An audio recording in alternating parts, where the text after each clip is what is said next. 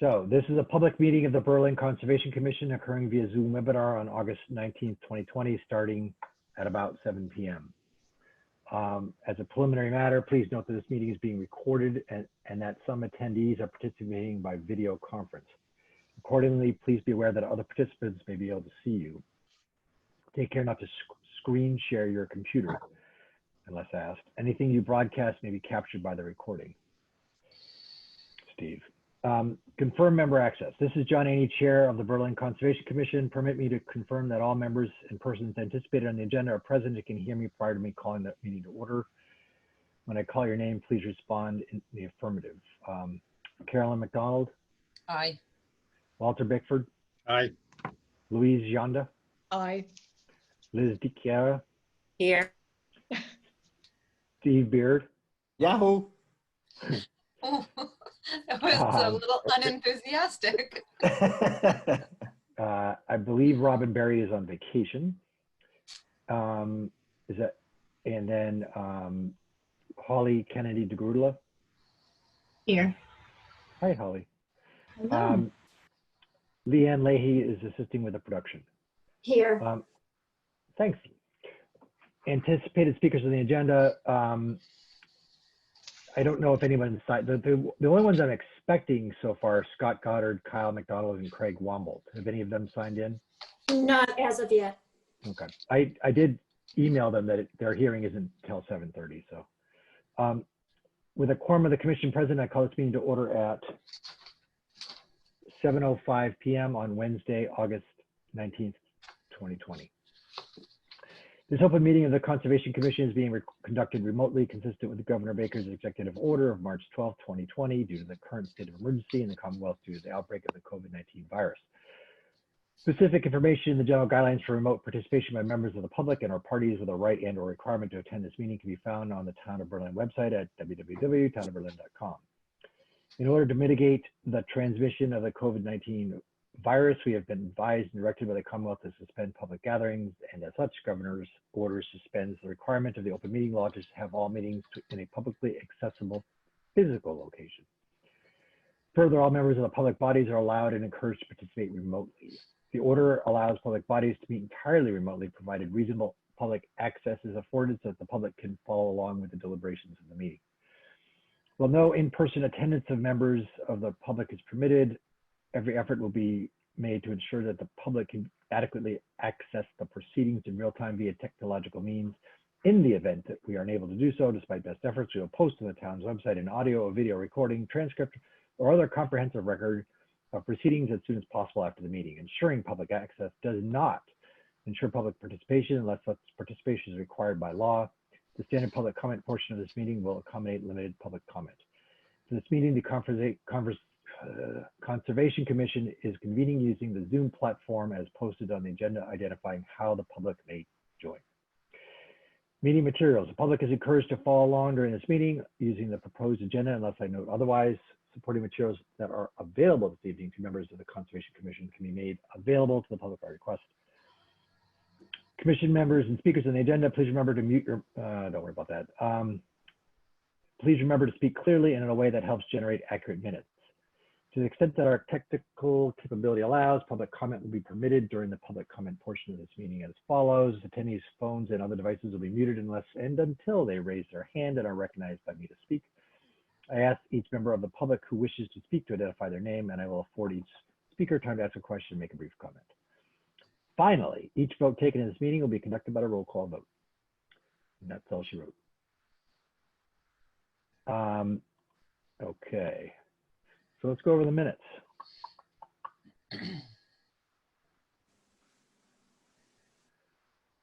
So do I lag at all? Is there any lagging with me? No. Normal as usual. Currently? Normal.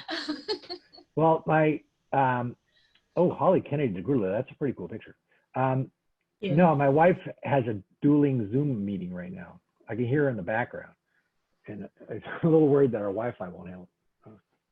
Anyway. Okay, so minutes. Are you on dial-up? No.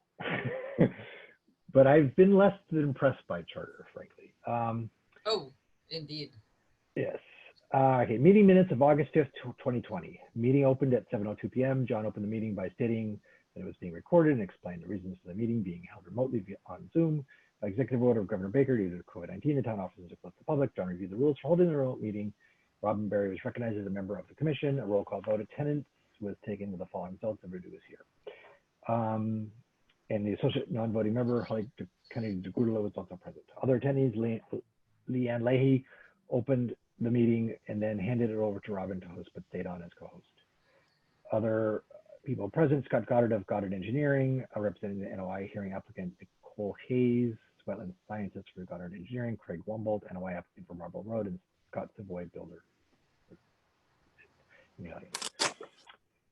Minutes of August 5th, 2020 were reviewed and amended. Liz moved to accept the minutes with minor changes. Walter seconded the motion, which passed unanimously by roll call vote. Funds available as of June 30th, 2020, annual budget 2,000, wetlands fund $11,009.90. Open space land acquisition $187,051.77. Bills and forms, reimbursements, Leanne Leahy, postage reimbursement. John reported to the CC that he had authorized to reimburse the amount of $15.45 for postage to mail CC documents. The other members agreed. Notice of two building permits. John did site visits, determined that neither of them required action by the CC. Farm being constructed on River Road West, which is outside the 200-foot river protection zone. Because of the slope toward the Aspet River, the homeowner placed straw wattles at the edge of the 200-foot river zone because I had expressed concern. Number two, an above ground swimming pool on Boylston Road, sited outside the 100-foot buffer zone. Wetlands, A solar farm, DEP 1070239. John reported on Pat Gunner's site visit to the solar farm on July 24th. Pat noted that 90% of the site is vegetated and there's no evidence of new erosion. Highland Ridge, DP 1070241. Pat Garner made site visits to homes at Highland Ridge, including an inspection after the last heavy rain, and reported that everything is functioning properly. The road being built has been paved and the lower retention basin is in place. Pat will continue to do his weekly visits. Hunter River Road West, Old Tyler Farm enforcement order. No progress has been made since the owner of the property fired his lawyer. The property will be surveyed? I don't know what that means. That was a comment that I think Carolyn made. Right. Dave was had the survey scheduled and was still going to go forward with it. By Dave Burke? By Dave Burke and company. I think he doesn't do the surveying, but he was arranging for it to be done. How's that? Good. Carolyn requested the enforcement order be placed on deed. Walter suggested DEP be informed of the enforcement order being placed on the property. D. 28 Oak Street, DEP 1070248. Dave Burke has been working with the owners to look for whether they want to request a certificate of compliance. Appointments, hearings, 7:30, continuation of notice of intent hearing for Marlborough Road, Assessors Map 12, Parcel 24-3, DEP 1070254. Scott Goddard of Goddard Engineering, representing Craig Wumbold, applicant for an NOI at Marlborough Road, displayed the plans showing the location of the proposed house and barn on the site, mapped by Forsyth Engineering, 2164 NOI .2D, dated June 18th, 2020. Dave Burke has been hired as a peer reviewer and did a site visit and agreed that the wetland delineations were correct. 3, Scott pointed out the wetland boundaries and stated all work would be outside the 25 no-touch zone policy of the CC except for the stream crossing. Walter stated his reasons for opposing the present plan. Scott responded with the reasons the applicant chose the location of the house away from the intersection. He also stated that the location of the crossing was at the narrowest point of the stream. Scott indicated the site for stockpiling soil for the barn and access roadway. Carolyn asked for more detail to be shown on the plans that would show where the sewage line would be located and how it would be put in. She also asked that the location of the site for storing soil while building is taking place. Liz asked about the location of the water line, which would also have to cross the wetland. Scott Goddard stated the water, sewage, and electricity would also cross the wetland. John asked if the area for the stockpile was large enough to contain the soil move. Scott Goddard assured the CC was adequate. Carolyn stated she would like more time to gather more information on the plans before she could make a decision to accept or deny. Carolyn asked for a written sequence of development since there would be work on the wetlands and also how the undisturbed wetland would be protected. At this point, Scott Goddard asked to extend the hearing for 2 weeks so the information could be gathered and be presented to the Concom. Walter stated his opposition to extend the hearing. A roll call vote was taken with the following results: John, I; Steve, I; Robin, I; Walter, no; Liz, I; Louise, I; Carolyn, I. The hearing was continued. New business, request for certificate of compliance, 270 Quest Street, DP 1070253. Walter and John did a site visit, reported that this restoration work has been done.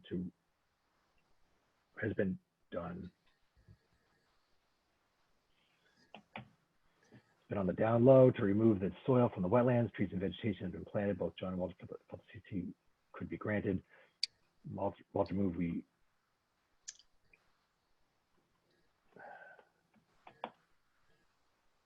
issue a COC.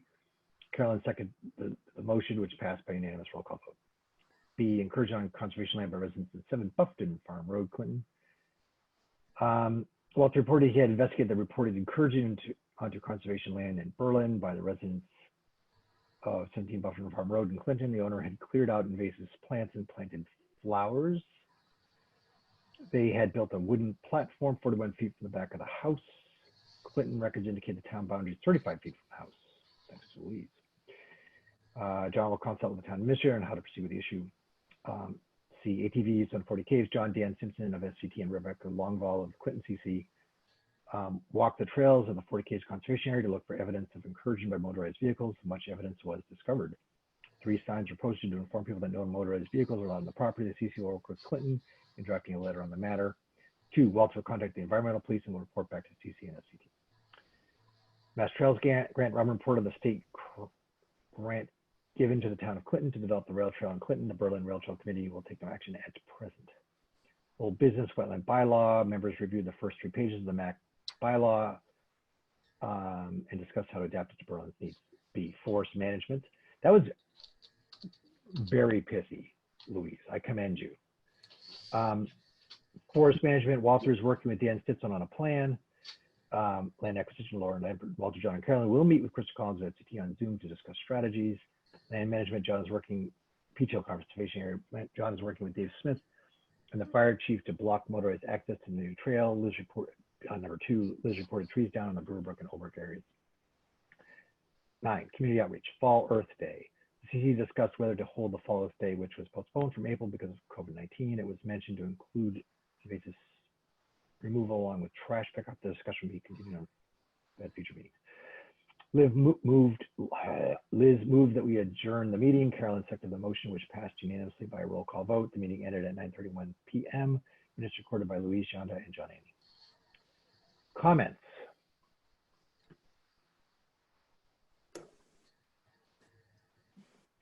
Read it again. Fabulous. Yeah. Right. Yes, Louise? Yes, the comment about Robin Berry being recognized as a member, that was from the previous. I had taken that out, and for some reason it's back in there. Well, I will just plain old delete it.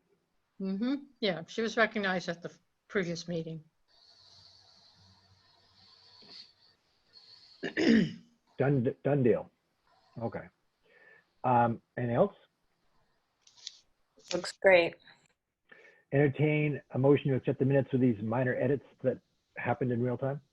So moved. Is there a second? Second. Further discussion? Hearing none. Roll call vote. John, I. Liz, Aye. Walter, Aye. Steve, Me. Louise, Aye. Carolyn. Aye. All right. Enough of that then. Stop sharing. What time we got? 7:18. Okay, there's no treasurer's report because there's no treasurer.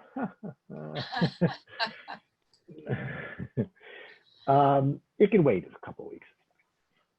I got more homework for her to do anyway. It hasn't changed. I can tell you it has not changed appreciably. Okay, mail notices, forms, a couple of bill items. I thought I'd have to redo my agenda template.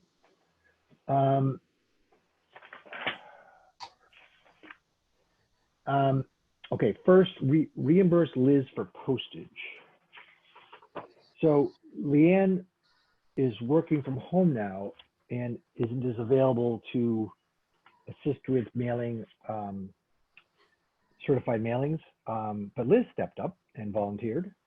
So after I obtained the signatures from the COC last week, I dropped all the stuff off at Liz's house and she brought it and mailed it. And it cost $22.80.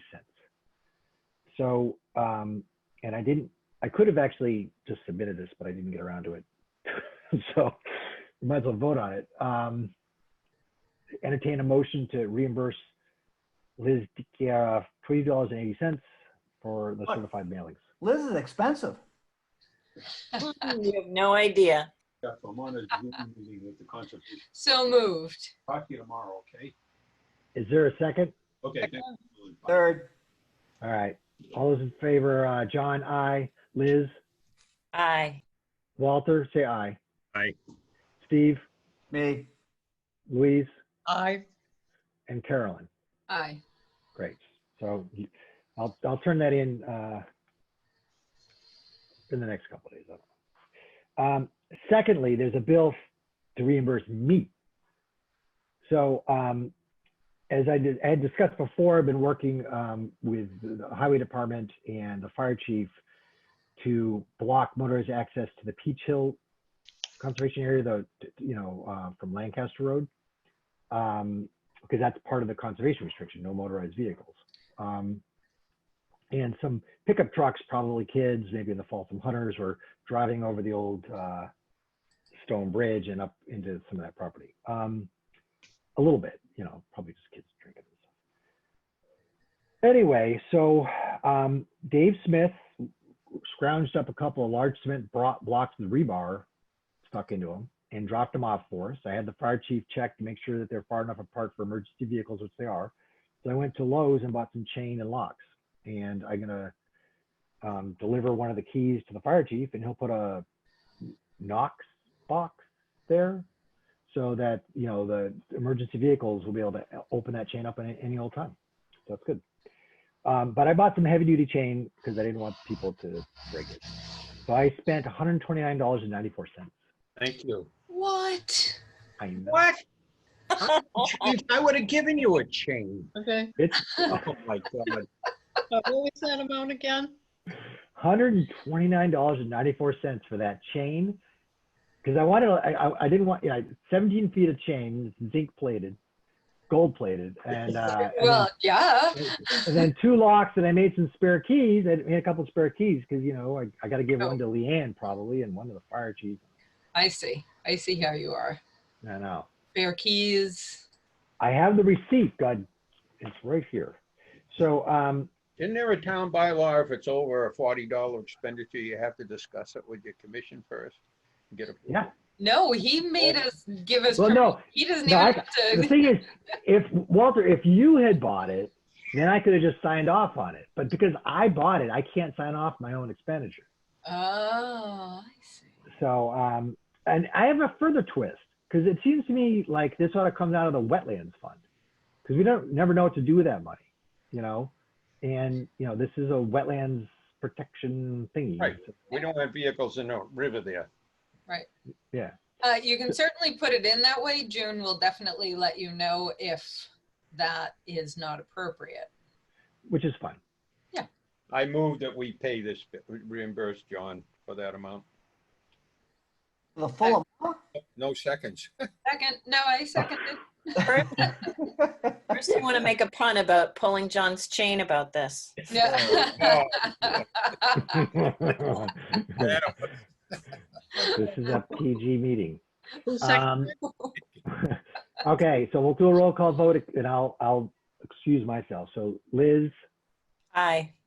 Walter, Aye. Steve, Me. Louise, Aye.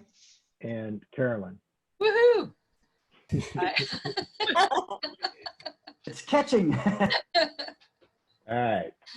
So that's all I got for that. There's absolutely zero interesting mail. And there are some emails which I forwarded to you, and I don't need to comment on them any further. It is not yet 7:30. Let me talk about some wetlands issues. Update on the solar farm. You know, Pat's continued to monitor every couple of weeks or so. You know, there's still about 90% vegetation. I sent her, I think, did I send her on the pictures? Oh, I don't think so. yeah, you know, it's Not the not, most recent ones. there's a lot. I don't know how much you guys want to.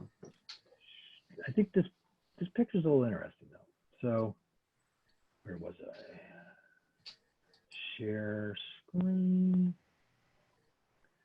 So you can see, a branch came down. They're going to fix that. But you look at that. That's just like weeds on scrub soil. You know, it's just, Terrible. yeah. It's just not good. You know, that's one of the reasons like Pat and I are like, I don't know.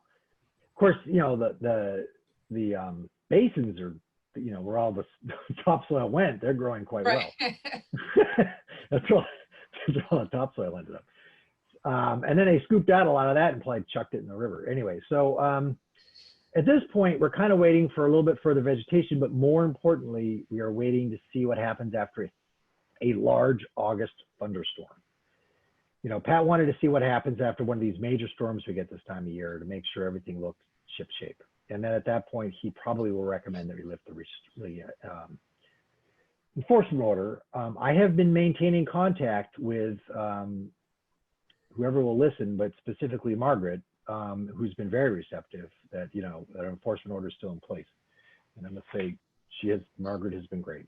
Well, on River Road, you talking about? No, we're talking about the solar farm still. Oh, excuse me, I'm sorry. Yep. Yeah. They have not gotten their, it's not an No. occupancy permit, but whatever. No, they're Okay, not. good. Okay, second wetlands issues, Highland Ridge, DEP 107-0241. They're fine. They're doing fine. Interestingly, a couple of building permits already popped up, you know, without like addresses or GPA markings, so I didn't act on them. But they're already thinking about starting to put up some houses up there. But as far as the wetland stuff, Pat's quite satisfied. Okay, number C. Oh, can I ask something about that real quick? Yes. So with Highland Ridge, because I go over there a lot anyway, and I check with and everybody's super nice, and I agree that they're doing a fantastic job protecting the wetlands. But one of the concerns that we had as abutting neighbors when they first brought up this project was maintaining the existing trails.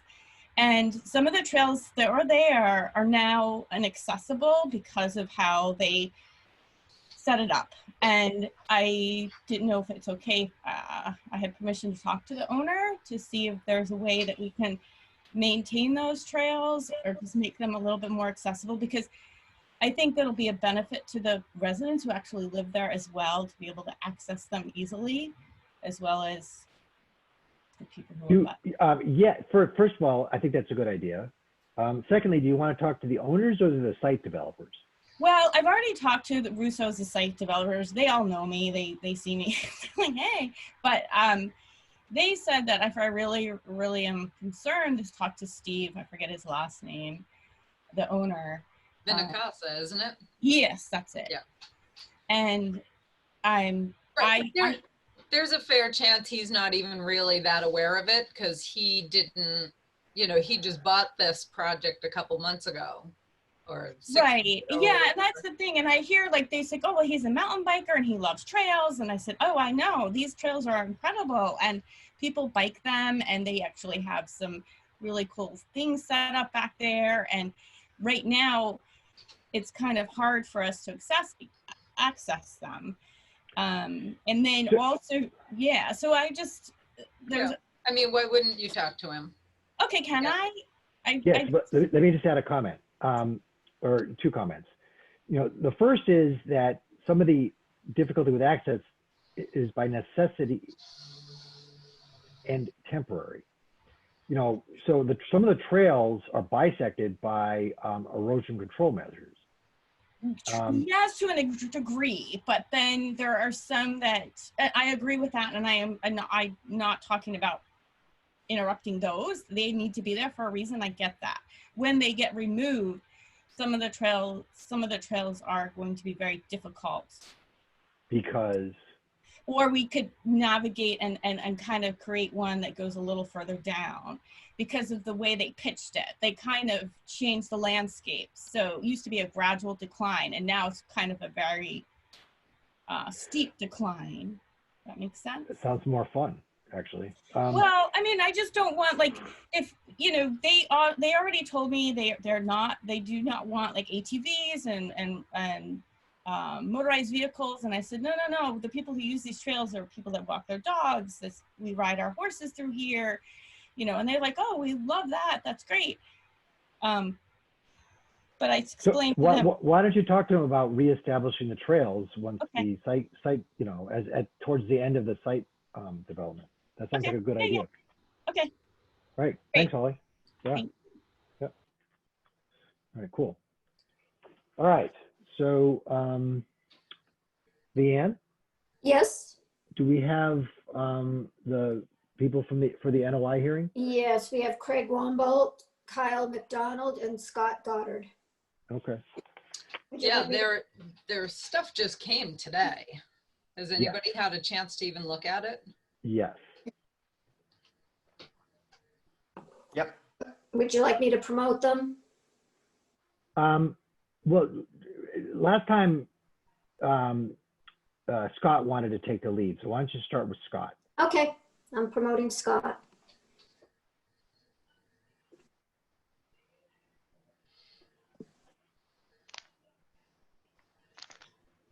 Hey, guys. Hi, Scott. I All right. Should I screen share? Is that okay? Yes. All right. Oops.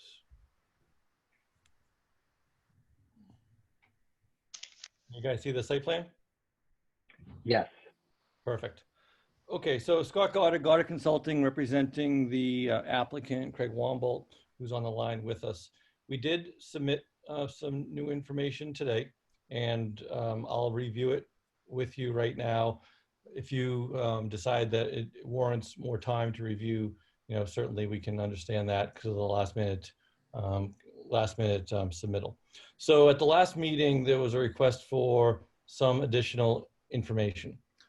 Specifically the addition of the sewer line shown on the site plan, a construction sequence document, and some demarcation of the limit of work in and around the 25-foot buffer zone in order to demonstrate long-term preservation of that area. So what we've done on the site plan here that you see is added those couple of items. The sewer line is now shown and labeled.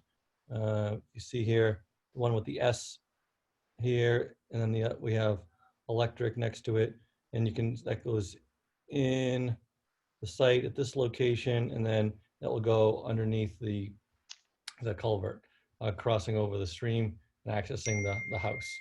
There's also a detail on page 2 that shows the sewer force main in the trench. So this detail here was added as well. Let's see if I can zoom in here.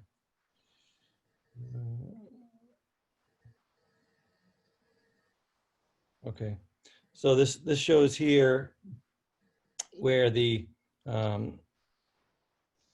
force main will be placed within the sewer line with the native soil backfill on top of it, 48-inch minimum cover for frost protection, bottom of excavation.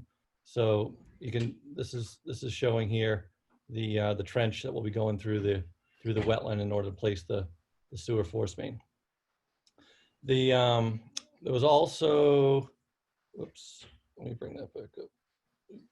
Yeah, I can go back to the first page here. We also added here along the 25-foot buffer zone a series of 2 to 3 foot diameter boulders and or granite posts, so that not only the 25-foot, but in some cases like along here and along here, even greater than the 25-foot buffer zone will be preserved and demarcated to not have lawn intrusion. And that's in a way of respecting the bylaw, sorry, not the policy of the town. So there was an additional submittal document that came in that was a construction sequence document. It was 2 pages. So it outlined the procedures and the sequence of events to develop the site. That was the second submittal. So I can go through that if you'd like to, but it was, you know, it's fairly straightforward. These types of projects are not uncommon to. Why don't you put it up, Scott? Yeah, let me see if I can do that.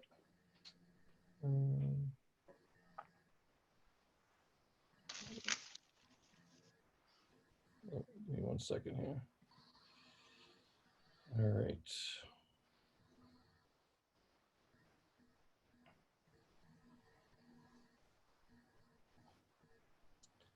So this here is a construction sequencing document that would go along with the site plan.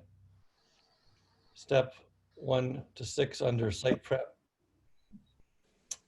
would be reviewing the plan, installing erosion control, working in the eastern portion of the site, working west. All the work within the wetlands would be supervised by us on site. You know, that's one of the big things when doing wetland crossing projects. It's very important to have the wetland scientist on site, because as field decisions need to be made and reportings to conservation commissions for compliance. The clearing, grubbing, stockpile, construction of the driveway, again, all that would be supervised by us on site, so there'd be no unnecessary intrusion of the work within the wetlands. We would be doing this work all during the dry time of the year, so that we wouldn't be dealing with water situations. Installing of the sewer line, backfilling the suitable soil, accessing the back of the site, construction of the house, and then doing the wetland replication area. That could be done at any point in that process, but that would probably be done after we get into the site. So that's subject to the commission's review and modifications as necessary, but it's a fairly standard sequencing protocol per the request of the commission. So let's see, bring the plan back up. Really, what we were trying to do is demonstrate that we have a project here that complies with the Wetland Protection Act. We discussed the fact that there is an upland portion of the site up near the front of the property. Okay, this area here where the proposed barn is going, in our stockpile area. In the opinion of my client and the preferential citation of the house, this area is unsuitable for the placement of the house aesthetically, size-wise, and ultimately I think we do a better job at preserving the wetlands with this protocol, because we end up with a suitable backyard size, and we preserve a lot of the buffer zone, including the entirety of the 25-foot in this back portion of the site. I believe that the owner of this property has a right to access this portion of the land, and that right is not foregone by the fact that there are other upland portions of the site.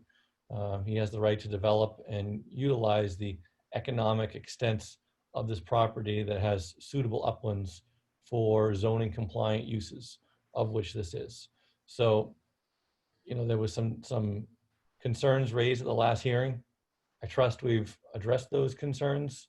I think this project is appropriate for the site. If the commission wants more time to review this or would like to see the site, you know, I understand the last minute submittals aren't great.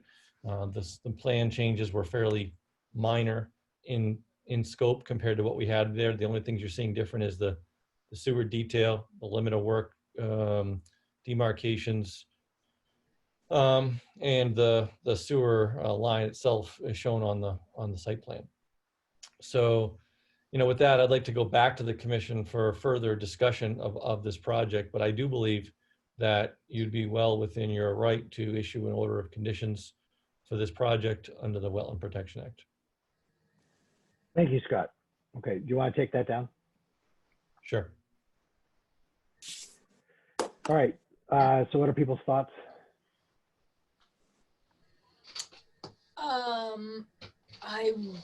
I don't really want to drag this out, but getting the information that I specifically was looking for this afternoon was not great. Which, as Scott, you did admit to, but I mean, that's my first thought. I haven't gotten much past that. Yeah, I didn't get a chance to take a look at it, so I'm just looking at it for the first time right now. Well, I think, you're looking at the whole history of this entire lot before it was even subdivided into the lot we're talking about, the other two lots. It's been quite a town has been hoodwinked on this a number of times, right from the beginning when it got the planning board to divide off a house lot with totally inadequate storage and it couldn't put in a good storage system, built another house before they could change. Now they're on this lot. We have approved the plan for that lot that does not require interfering with the wetlands. And that is what the owner is entitled to. And I'm not, the owner apparently has been involved in some speculative house building in that end of town anyway. And this is probably a spec house. That's too bad. The house that was approved on the road side of that wetland is perfectly adequate for that lot. We've approved it. I don't think it was a good idea. That I don't like this little deal with Hudson, but I'm totally against allowing a crossing of that wetland and putting in this big extravagant house over on the other side of the wetland. We don't have to do it, and we shouldn't do it. This would be the weakest thing that we've done since I've been on the Conservation Commission. The thoughts? I don't disagree with Walter. My thoughts. I mean, I think this is a complex case. And I think if you to Walter's point, if you looked at it from the perspective of an alternatives analysis, the site was permitted for a house right on the road. So from that point of view, this plan is problematic. However, I do have sympathy for the applicant for wanting a house that's away from the road because it's a busy corner. I don't really see these plans as being an extravagant house. It's not designed for a large house. It's not a big house, but it's a house that's more removed from the corner. And I do have some sympathy for the applicant for that reason. I think the quality of the plan is good.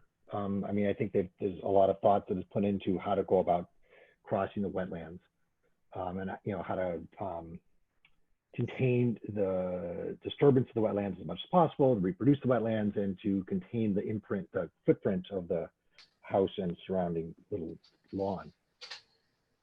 With respect from the perspective of the interests of the town, this is not a piece of property that the town is ever going to be interested in purchasing for conservation. This is not something that we would look to preserve or conserve. It's probably at some point going to be housing some sort of the site of some sort of structure. So I don't think it's in the interest of the town to conserve this piece of property for some larger purpose. With respect to the history of the property, I don't really have a lot of truck with that because I wasn't on the commission then. From the best I can tell, so that the owner of the property is Sherman, the applicant is Wombold. I don't know the interaction between those two parties. I I'm not seeing Wombold is evidence. purchasing the property. Correct, Yeah. but I don't know if they know each other. I don't know if there's a pre-existing relationship between those two parties. No, there is not. There is not. No. Nor have I seen any evidence that either one of these two parties have anything to do with the people that originally, purchased the land and subdivided it out. I think Walter's argument there is caveat emptor, that they, if you're, if the problems existed from the original, division of the land, then buyer beware. But I don't have any personal animus against this being turned into a house out of any sort just because of the history of the place, because I think these are different parties now. So I'm rather divided. I'm not particularly opposed to the plan. I think it's it's sort of a well developed plan, and I don't see a major problem with putting a house there. So if you, I can argue this two different ways. I can include personalities and I can exclude personalities. I don't know exactly what you mean by that. Well, so if we're talking about, the history of the property is the history of the property. The person who subdivided this property doesn't have anything to do with it anymore. I'm past that. I don't know the current owners or anything about them really. I do know that Mr. Wombolt, sorry, already owns a house on Gates Pond Road on the quiet end of the street. So if I'm supposed to be swayed by the fact that he is saying that he wants to build a personal residence there, that's what I mean by being swayed by personalities. It's irrelevant to me who's going to live there. If I'm supposed to be swayed by the fact that he says he's going to live there, I'm not entirely sure why he would move from a quiet lot half a mile away to a busy corner. So, but that it's not my job to speculate one way or another. So if I take all of that out of my decision making,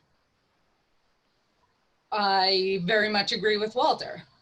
A house has been approved. It is a buildable lot that has been approved that doesn't interfere with the wetlands, period. So that is how I feel about it. I think, Mr. Chairman, listening to your, I frankly don't think our business is to worry about whether someone wants to build a house. Our interest is to protect the wetlands. That lot can be profitable the way it is. It is not up to us to have sympathy if somebody wants to build a house who apparently has built several houses in that vicinity. This is undoubtedly a spec house. So it isn't an individual building a home. It's a building developer speculating on making money on another lot in Berlin. And I couldn't believe how far you went in trying to justify it. The law is the law. We don't have to issue a permit on this, and we should not issue a permit on this. We've been run around down there enough. Again, I don't have the history with this piece of property that you do, so I don't have the animus either. I have the history also, and that it's self-inflicted. That it was one big lot divided up into three. I was involved in all of them. And what are your thoughts? My thought is our job, I kind of agree with Walter here. I don't think personality or anything, I'm not doing that. Our goal is just to protect the wetlands, and I think the best thing to do is protect the wetlands. That's our jurisdiction, and that's the only thing we should be concerned about. I don't care what size house, I don't care who lives there, I don't care what the history is, I don't care where the money's come from, I don't care about any of that. It's just the wetlands itself. If there was a way over the wetlands without even touching it, like a huge bridge over it, and then be able to put it in without touching the wetlands, I might change my mind. But right now, he's going through it. It's disturbing the wetlands. And he doesn't have to. Okay, I mean, I see, people will disagree with me, but I see our job as more implementing the Wetlands Protection Act as opposed to protecting the wetlands. I think obviously protecting wetlands is important, but I think the commission's job is to implement the Wetlands Protection Act. And I think the Wetlands Protection Act does allow for wetlands crossings. It's written right in there. And if under certain, if it meets the standards. So I don't see that crossing a wetlands in and of itself on a piece of property that does not have high conservation value, which this property does not, in my opinion. I don't see that as a stop point. This could be, we're setting a priority here. We're setting, what do I want to say? What's the word? Precedent. Precedent. Precedent. And we don't need to do that. We've never done it before. And you've admitted yourself, you've come in at the 11th hour. We have a lot of history with this, with that end of town, what's going on down there. We know what it is. Enforcing the wetlands protection law means enforcing the wetlands. We're in the process of writing up a local wetlands bylaw because we don't feel that the state's is strong enough now. I mean, if we can't even stand on our hind legs where we have a right on the state law, which isn't adequate, and turn this down because there's already a house that can be built there, what are we going to do? I don't want to set a precedent allowing this to happen. It isn't something to just brush over, Mr. Chairman. I'm not brushing it over. And Berlin has permitted wetlands crossings. We've permitted wetlands crossings. Not when there was never mind. There are certain circumstances when you can, when it's necessary. This is not necessary. Well, I mean, that's what makes one. I think that's a valid point, and I understand that point. But Berlin has permitted wetlands crossings. So if I could, Mr. Chairman, could I add a comment in? I wanted to. Louise had her hand up first, if you don't mind, Scott. Okay, I would like to say that, like Steve, I've been on this since the very beginning. And, I've said before, the previous owner was told that he could not build 2 houses on that property. And he managed to come up with a way of doing it. We told, so we came back and we said, we allowed a house to be built on the front. I really, I agree with Steve that, and Walter, that they can build a house there. The history of that place was that the house, that the crossing would not be allowed, so. Thank you, Louise. And that's a difficult decision because, Would you entertain a motion now, Mr. Chairman? Scott, I cut Scott off. I will allow him to talk, and we have to discuss whether to allow the other. I think the other two may want to have it. The applicant may want to say something as long as it's okay. Scott. Thank you, Mr. Chairman. So, look, the goal of the Wetland Protection Act is to protect wetlands, and that's what we're all here to do. That's what the board's job is. My job as a consultant is to present you projects that I vet with my clients that protect wetlands.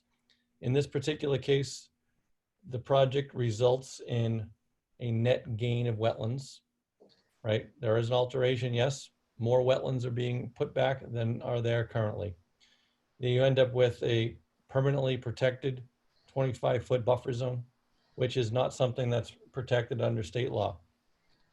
When there's a piece of property that has access to an otherwise isolated upland area, there is precedent, Walter, to allow access to usable uplands in Massachusetts. As an example, if you have a piece of property in Berlin and you have, so let's say, an acre of upland up near the street, and then a stream cuts your property in half.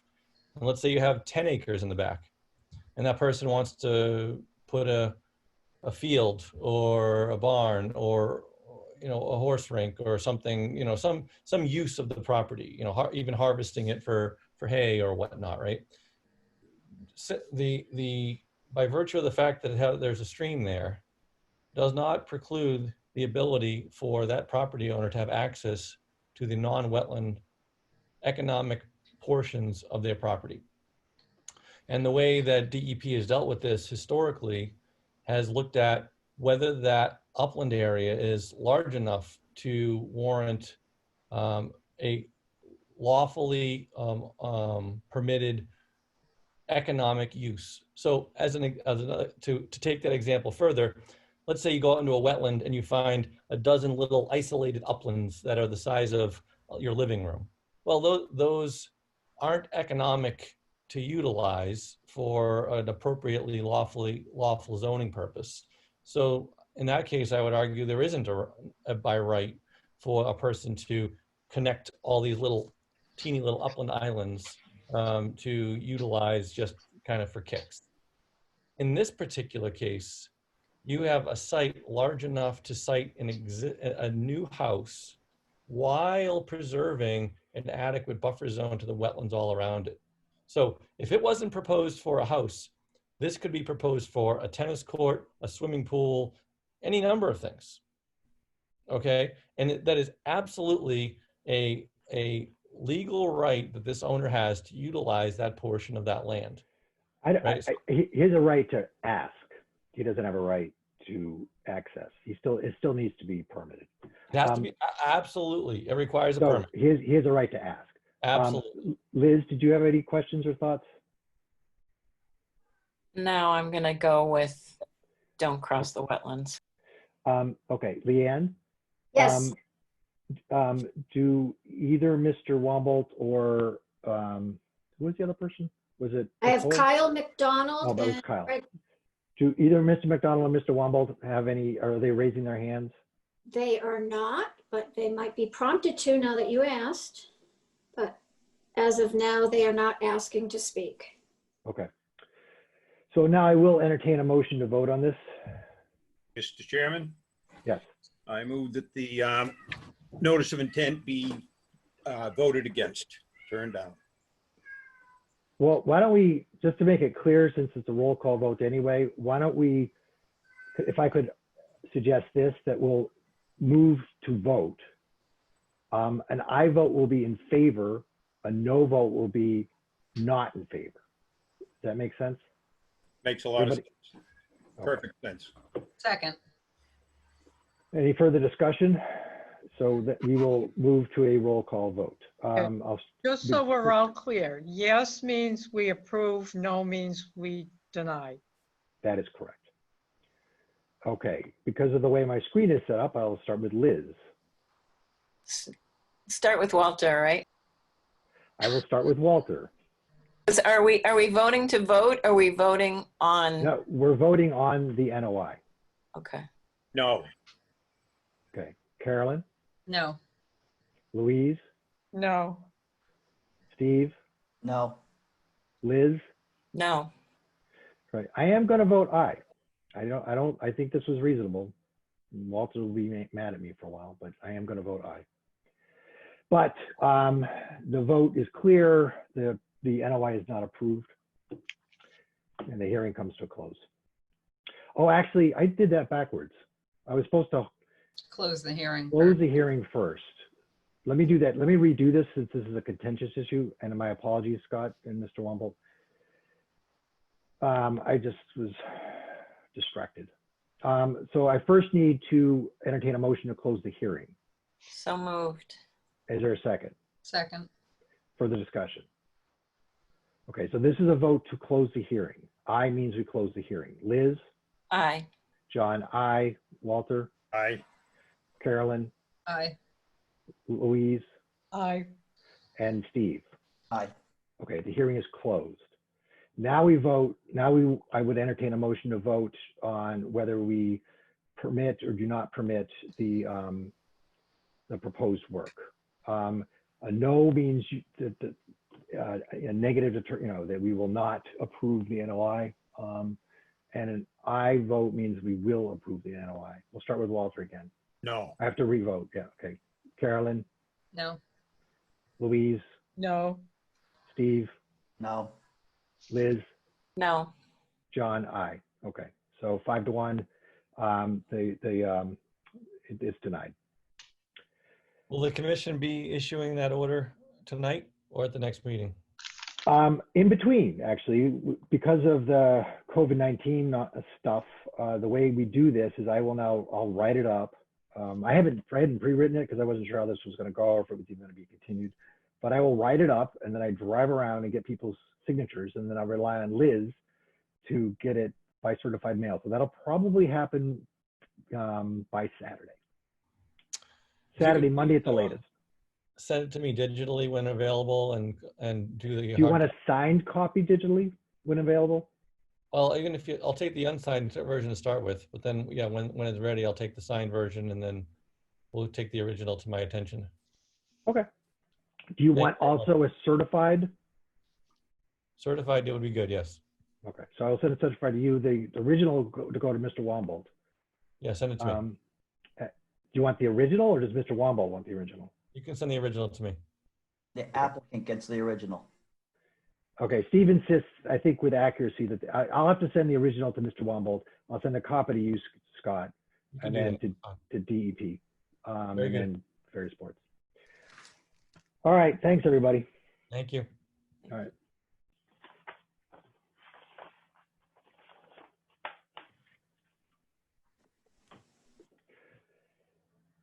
We'll talk about this more later. We certainly will. Oh, boy. All right, getting back to 40 years, and I never heard anybody bend themselves inside out trying to help out a speculator that doesn't care two bits about Berlin. Berlin is Berlin because of the way These newcomers that drive Audis.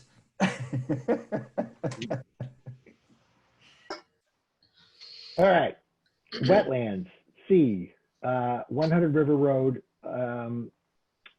enforcement order. So I sent around the legal opinion from KP Law. I think it was from Amy Nissel or something. Was it from Amy? I didn't see it. I didn't Oh. either. I You did not? think I saw it. Oh, well then let me post it right now because I have it. You on kept You my- have to hit that send button. Yeah.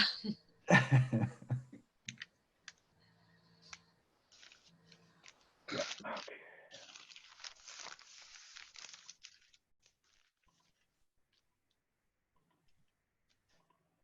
There we go.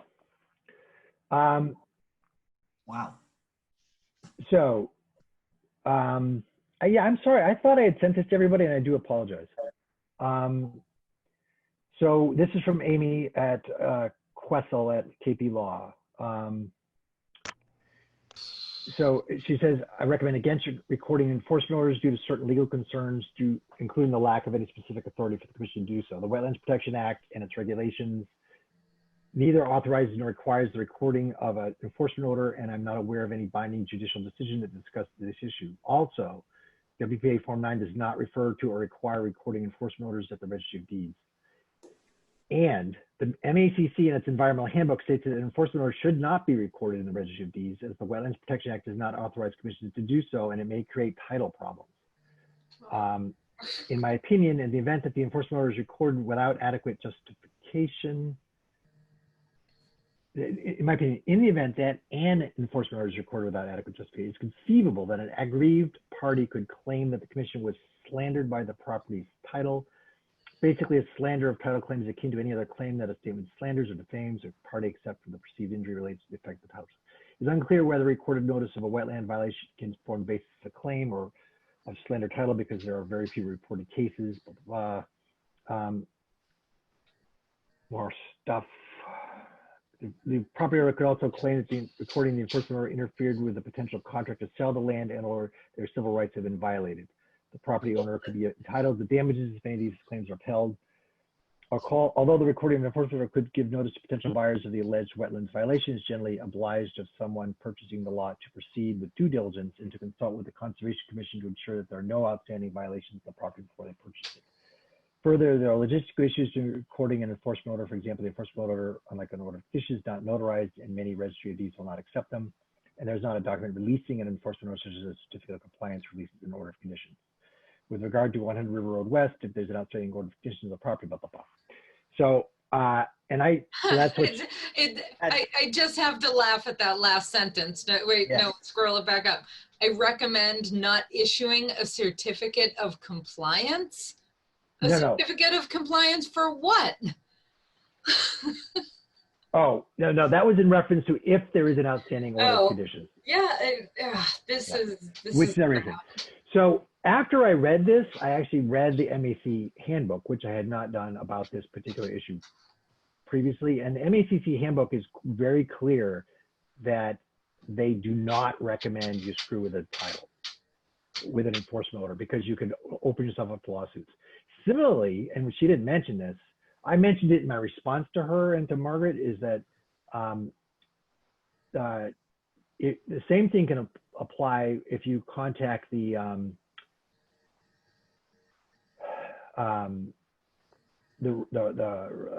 real estate agent, you know, that is selling, that the property owner contracts with. If you contact them about this or any real estate agent about this, they could also sue us. So there's absolutely nothing we can do to prevent, to enforce the enforcement order.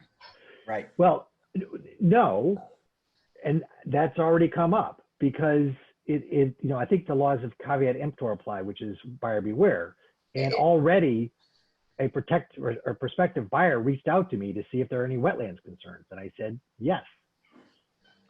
So, I mean, you know, if, you know, it's up to the buyer to determine whether or not there are any outstanding concerns. Because the thing is, you know, if a buyer bought this, they would immediately be faced with an enforcement order. Sure. And we wouldn't be in this situation if the current owner had done their homework, but they didn't. So sorry, I'm just a little frustrated. I'm frustrated too. Can I stop sharing this? Yes. Yeah. I think that, I mean, thanks to Walter, what the enforcement order did is it stopped the current property owner from doing what they were doing. They were both encroaching on the wetlands and dumping stuff, and it stopped that. And I think, you know, basically, I don't think he cared or cares about land at all. You know, and I think once he got some pushback, he decided just to sell and get the hell out. So the place is still a mess. Well, I believe the real reason he's selling it is because the way the property is zoned, he cannot run his business from the property, which is why he bought that property. So the enforcement order actually isn't his top concern, and it's not the reason he's selling the property. I think you are correct. I think that is probably correct.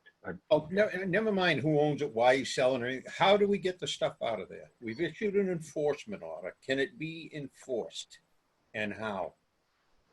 Well, I think, you know, the next. So you reached out to DEP and she did not get back to you, I don't believe. No, that's true. That's right. So yeah. you sent a message to Kim Roth. Kimberly Roth, yeah. And I don't know if it's vacation season. I don't know if you want to try again or you want me to try again.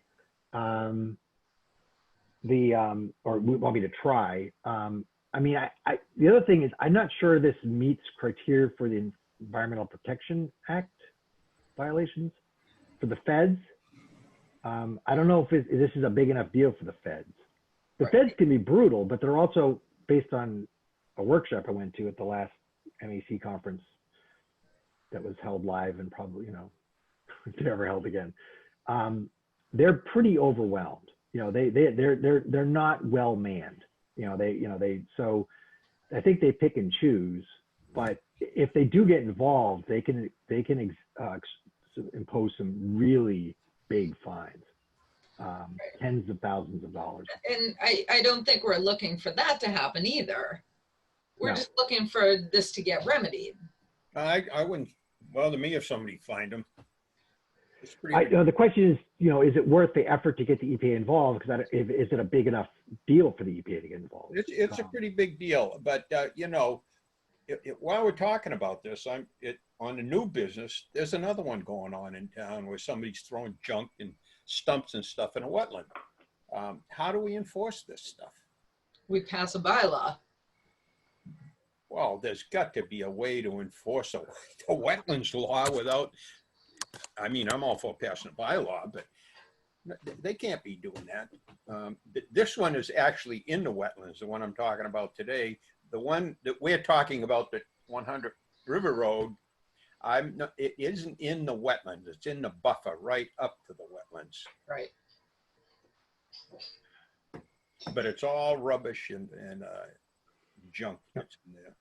All right. Well, why don't you and I both try to reach out to Kim Roth and see what we can get from her, as far as her opinion about this. Can the town stop a sale if there's an enforcement order on it? No. Wait, there's no meat behind any of this, is it? Well, there will be with the bylaw. Carolyn is correct about that. If the bylaw that we're working on will allow us to impose fines. But the state could come in and impose a fine. They did that down on Lancaster Road. Remember when they built that pond down? I forget their name now. I had a lot of problems with them down at the end of Lancaster Road. He dug a pond on the other side of the railroad track, and I reported to DEP, and I think they fined him $20,000 or something. So there is enforcement behind the enforcement order, but the state needs to do it at this time. Okay. Liz? I was talking to Jay Mitchell, and he thought it was still going on, but it has stopped, Walter? Oh, I haven't been up in there. I don't know if I've got a right to just, I think it has, yeah. They moved out all the equipment except for, I remember them saying they left a piece of equipment there to start working on it when they wanted to start removing it. But then we noticed that he's selling out and leaving. I think I think with Kimberly is the answer, Mr. Chairman. You got to call her, and the state has got to get involved in this. Okay, we'll do. Yeah, so my first question was, has it stopped? And then my second question is there any downside to pinging the EPA? It sounds like they won't give us the time. Probably 40 pages of forms, yes. So that probably is. Any downside? I didn't hear that. I'm sorry. I said, is it, even if the EPA denies us or ignores us, is there any downside or is there any benefit to having it on record somewhere that we call the EPA on them? Well, I think go to state first, which is the DEP. The EPA would be the feds, but I think we got to exhaust working with Kimberly, see if we can get them to do something. Okay, all right. Sounds good. And that's the police trucks that I've seen around. Is that who they are? Oh, I don't know. I did see, and it looked like a wetlands or a Massachusetts wetlands protection police truck I've seen. Oh, I didn't see it. On the highway. Yeah. All right. Next issue, 28 Oak Street, DEP 1070248. I haven't heard anything about the COC. I do have one other thing though, which is chickens. There was a chicken dispute. Rosanna Carias had some chickens and the neighbor's dog got into the chickens. So then they got into an argument about fencing. Rosanna felt aggrieved because her chickens were killed and they yelled at her about her chickens anyway. So I'm not getting in the middle of her neighbor stuff. But the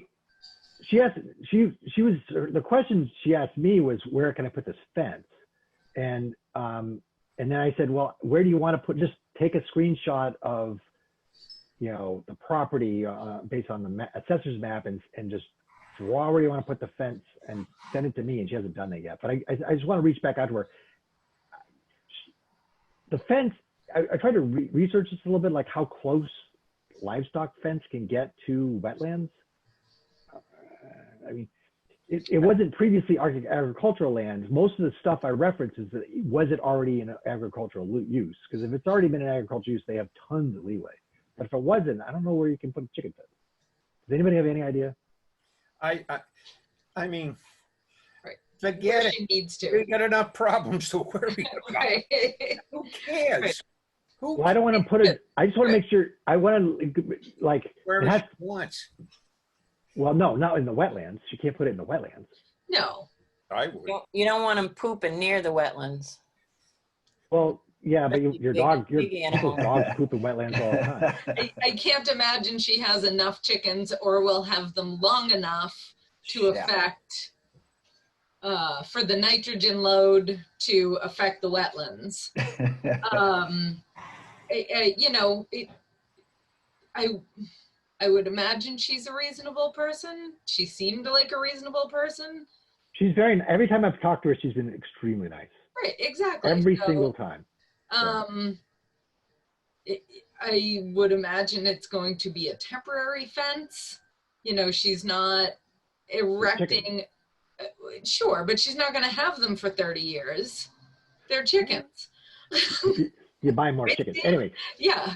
all right. I'll reach out to her, and I think Walter's right. We got bigger fish to fry. Yeah. Next issue, Pollard Road. Steve, you had spoken with those folks? Yep. Kind of what I reported. I haven't spoken to him again, just once, saying that he said he'd put more rock down and some wattles or something to stop the silt. I haven't been by there to verify that's been done. We haven't really had a downpour like that last one. And we had a little bit the other night, but I haven't been down there yet. I usually don't go by that way very often and avoid that intersection. Well, Louise, Look, do you get along with your sister?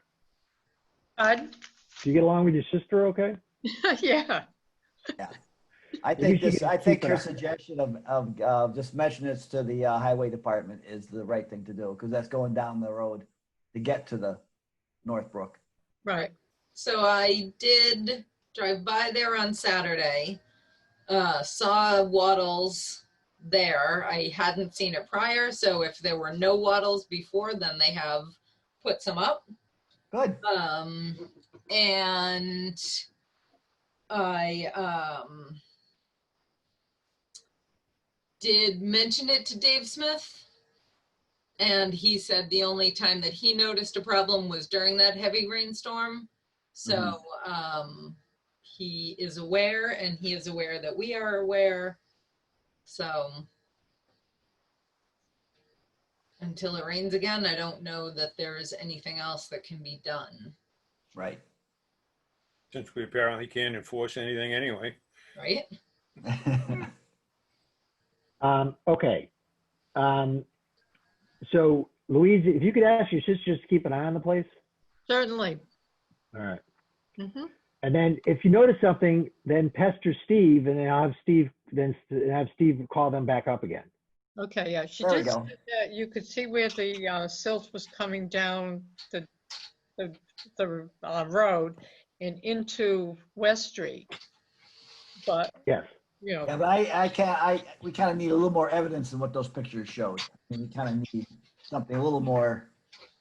Yeah, you can see water ran there at some point in time, but it really doesn't show silt going into Northbrook, which is our concern at the moment. no, she did say that you could see it on West Street though, but not going into the brook.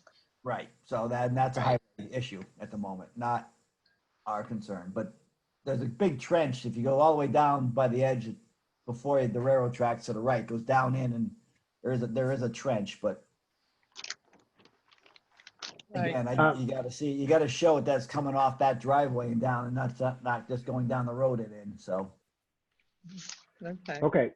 Okay, next, new business. Walter has 3 items. Walter, first, 92 Lyman Road, dead tree.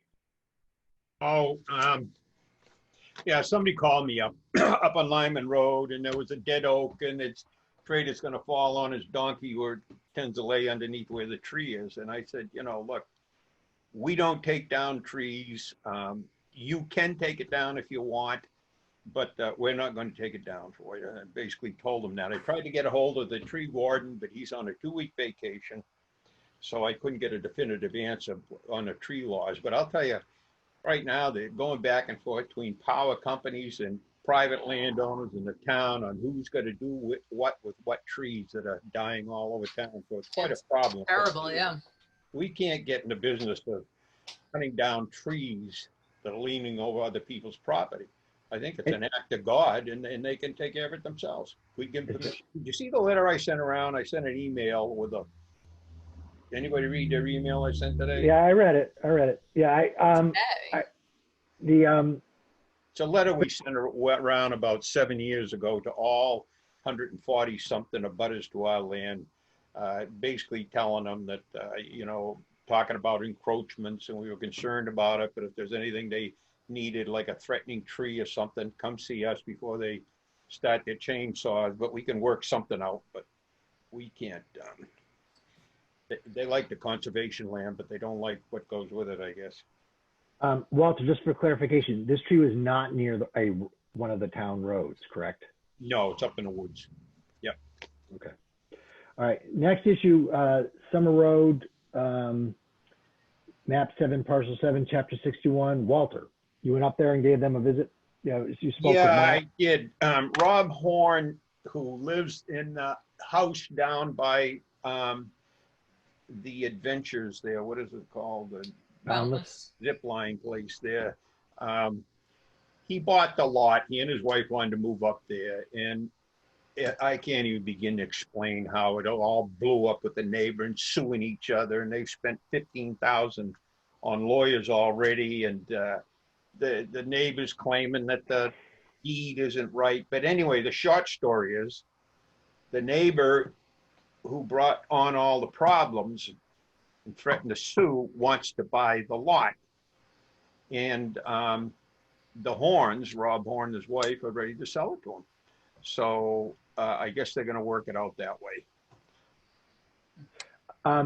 Two things. He had called you on it to go look at it. And I said, I called him and told him I would when he had permission to go on it. I know he's got permission to go on it, but I haven't heard from him. Two things. Firstly, it's chapter 61. The town has a right of first refusal. Right. Do we want to make a recommendation to the Board of Selectmen concerning whether or not the town should have any interest in purchasing this land? No, is my opinion. You want me to explain it? Only if you want to, because I agree with you. Yeah, because, you know, 80% of it, 85% of it is 14 acres. Is protected by the River Protection Act and wetlands laws. And the part that isn't protected, the 2 acres or so, is stripped off. And that's where he's going to put his house. So they cut all the trees off of it. And it is outside of the 200-foot riverfront area and the 100-foot buffer on the wetlands. So it's nothing of our. Okay, that was my second question. So they did follow the rules. Yes. Right? Yeah. Okay. Does anyone think the town should purchase this land? No. We have Right. bigger fish to fry. I'm just clarifying. So I'll take a quick roll call vote. No means you don't want to buy it. Liz? No. John, no. Walter? No. Carolyn? No. Louise? No. Steve? No, I'm not buying it. Oh, just I should have thrown in. They're getting $250,000 for it, so we certainly don't want to buy it. We could buy the. I'm definitely not buying it. Right. So I'll email the Board of Selectmen and Margaret, and just so they know.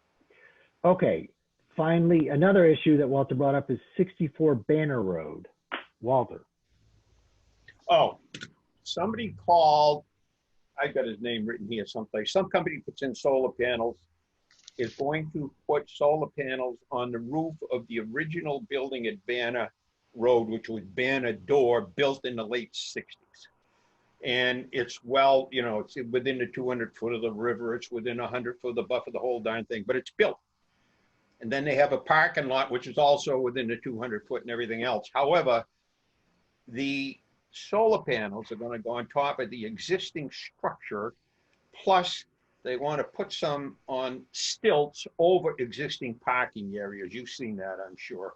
So none of it is going to be installed anywhere that isn't already paved or at least in a lawn or been altered since, you know, 1960. So it isn't intruding into any natural area in the riverfront. I told him, well, he's going to call me tomorrow morning. I think I should just tell him he should file if he's, I don't think he needs to do anything, but if he wants to file for a DOA. RDA. RDA. Yeah, yeah, tell him, I mean, we probably shouldn't ignore the fact that it's like that close to that branch of the North Brook. Okay. So I mean, I agree with you, it was probably a negative determination, but they should file an RDA. Yeah. Okay. So if you could let them know that, it's just so much easier for them than filing an NOI anyway. So Yeah, right. They should file an RDA because it's a business. It's not like some guy putting up a shed. Yeah. Have one more. Okay. Right, Walter. What the hell's going on? All right. What's your fourth issue? All right. Fourth issue is as you go up beyond Rue's Garage, heading to Clinton, the first house on the right beside the road, and you can take a look at it, anybody going by it. The owner is, I suppose the owner is filling in what looks like brush and stumps or something that he's getting someplace. And I think it's right in a wetland. It's not in the buffer, it's in the wetland itself. And it's right up against a brook, which I don't know is intermittent or not. I haven't looked it up on the topo maps yet. It might be a river, but I don't think so. So anyway, hey, Steve, you want some practice writing an enforcement order? It's in your neighborhood. Well, you tell me, I know Rue's Garage, right across the street, next house up on the right? Yeah, quite a ways up. It's quite a ways up. Oh, the one with the big dirt driveway going in? Yeah, long dirt driveway, yeah. Oh, they've been working on that for over a year. Oh. It's the first driveway once you pass Rue's Garage. On the right-hand Right. side. On the right-hand side, and it's a way. Going out of town. Yeah, going out of town. I know the place. But it's in Berlin. Go look Yes. at it. Is Berlin? Yeah. Oh, okay. The line's got to be somewhere close there. Well, there's another house beyond it in Berlin. There's two houses in Berlin before you get to the Clinton line. Oh, I thought the last house in Berlin was the red house and that this driveway was beyond that red house. I'll repeat it one more time. The house is in Berlin. Okay. And so as you just go in the driveway off the road, just to the right. You got, I'll drive by it. I'll drive by it and take a you peek. take a look at it. Yeah, okay. All right. Thanks, Steve.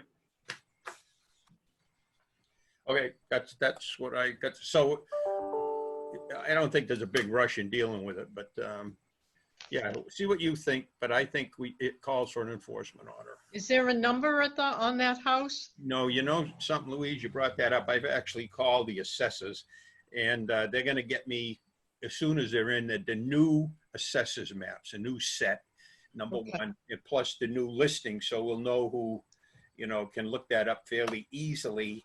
And also, I asked the town clerk to get me a street listing.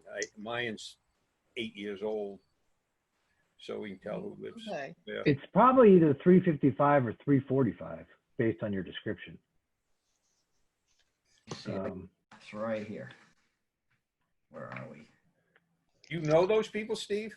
No, I don't know them, but I know the driveway because I've been working on that driveway for a long time. Yeah. But so that would be up here, map 23. Okay, wait a minute. Yep. Map 23. If it's where I think it is, there was a house on that lot, but I was told that house was in Clinton. There's a very small house on that lot. This violation is in the town of Berlin, period. Okay. There's a Coolidge Road down there? Am I on the right street? Wait a minute. No, I'm not. Walter, Yeah? on the same side of the street as Ruse? No, across the street. No, the other side. Okay. I'll have to look it up. Let's see. Yeah. I know the house he's talking about. Yeah, no, I see. Yep, I see it. You see it I do. on the map? On Google satellite. Okay. So, I'm on the wrong map here. then, I'll find it. I'll do it offline. well, Okay, so you'll figure that out, Steve, right? Yeah, yeah. Okay, Done. all right, good, Moving thank on. you. Moving on. All right, next up, old business, 17 Buffton Farm Road. I left out the farm on the agenda, Louise. Okay. Walter's pretty much resolved that on his own. So, because Walter had gone up there and spoken with her, and then later checked it out, and they were already moving the platform. Correct, Walter? Correct. It was off our land the last visit I had there. Yeah. Now they still may have issues, but that's because there may be a some sort of a right of way or buffer that Clinton imposes, but that's not our issue anymore. So Our issue, yeah, that'd be Clinton's issue. right. So I told Margaret that issue is resolved. Next on old business is ATV traffic on 40 Caves. So Walter, you interacted with the environmental police, correct? Yes, and he has since gone up and looked in that area, and he could see some activity, but given what these guys look at all the time, he didn't think it was much, but it's enough that it shouldn't be there. So he's ready to help us enforce it. But he said, and I think I wrote all of you an email, that it's important that there be very visible signage prohibiting the use of motorized vehicles, or he doesn't have a leg to stand on when he's in court. So I did order 24 or 30, I forget what it is, signs from this company, Ross Company, luminescent orange, absolutely no motorized vehicles, all motorized vehicles prohibited or something like. It's very, just like the wording of the one you put up, John. You and Dan put up. Yep. So, And so- I'll close up. pardon me? And Dan and I, when I get them, I'm going to mount them on Plywood? plywood and maybe even put some wire over it so they can't be torn off, and get them mounted in conspicuous spots. Right, right. So we'll coordinate with Dan on that. That's important. We coordinate with Dan on that. He and I have been talking about that. Yeah, no, I'm in on all the emails. So good work. Do you want to get reimbursed for that? Oh, yeah. Oh, wait a minute. Oh, Jeez, Oh. John, first he spends money on chains, now he's buying signs. No, what the heck? It was like $50 or something. See, that's a lot of money. $50 is a lot of money. Well, I think it was Well, $59.99. not compared to the chains. Yeah, I'll have to get a receipt for that. Well, they haven't Okay. come yet. Well, you ordered them online, so Yeah. you could probably reproduce it from online. You probably have an online receipt in your email. All So right. Look for it. print it out. When I stop by with the Yeah. OOC, Okay. you give me that, and then I'll get you reimbursed. Maybe. If you're maybe. nice to me. Maybe if you're nice to me. All right. All right. Okay, Walter, I have to apologize. I had the wrong place. You don't have to apologize to me, Louise. Okay, and according to the 2017 street list, Yeah. there's somebody named Matthews, Yeah. and Welliver. Oh, yeah. Okay, and that used to belong to the Shartner family years ago. Oh, yeah. And the new people, the people are related to the Shartners, I believe. And they put in a lot of blueberry plants in there. How tall are they? You The got it. people or the I'm plants? not really sure. You got all other Yeah. Good work, Louis. Okay, yeah. So All I right. just, Wrong I just side of looked up, the house. Oh, wait, go ahead, Louise, Yep. what was the final statement? I said I was on the wrong side of the red house. Okay. So we have just a couple remaining things. One quick thing. So Walter and Carolyn and I had a non-open meeting violating discussion with Krista Collins of SVT about strategies around land preservations. And we set up a second one because we did our homework. Walter tried to do some of my homework, but I already done it first. And so we're gonna set up a follow-up meeting on Monday. And then what I probably will do is schedule an executive session for the next meeting, depending on the outcome of this meeting, so we can all talk about it. But you have to schedule the executive meetings well in advance, otherwise they're illegal. Good. So, but things are good. One thing is very clear. Two things I can tell you that are clear. One is that the CPA committee needs to get up and running. Hint, hint, Carolyn. Hint, hint. they're just waiting for the state. All right. And then the other thing is we're going to need to put together a capital request document. We need to start penciling in how we're going to raise this money. So Margaret needs that to start working on our behalf. Right, yeah, Margaret recommended that we put in a request to the capital planning committee. Right. So. All right. That's what John was trying to say.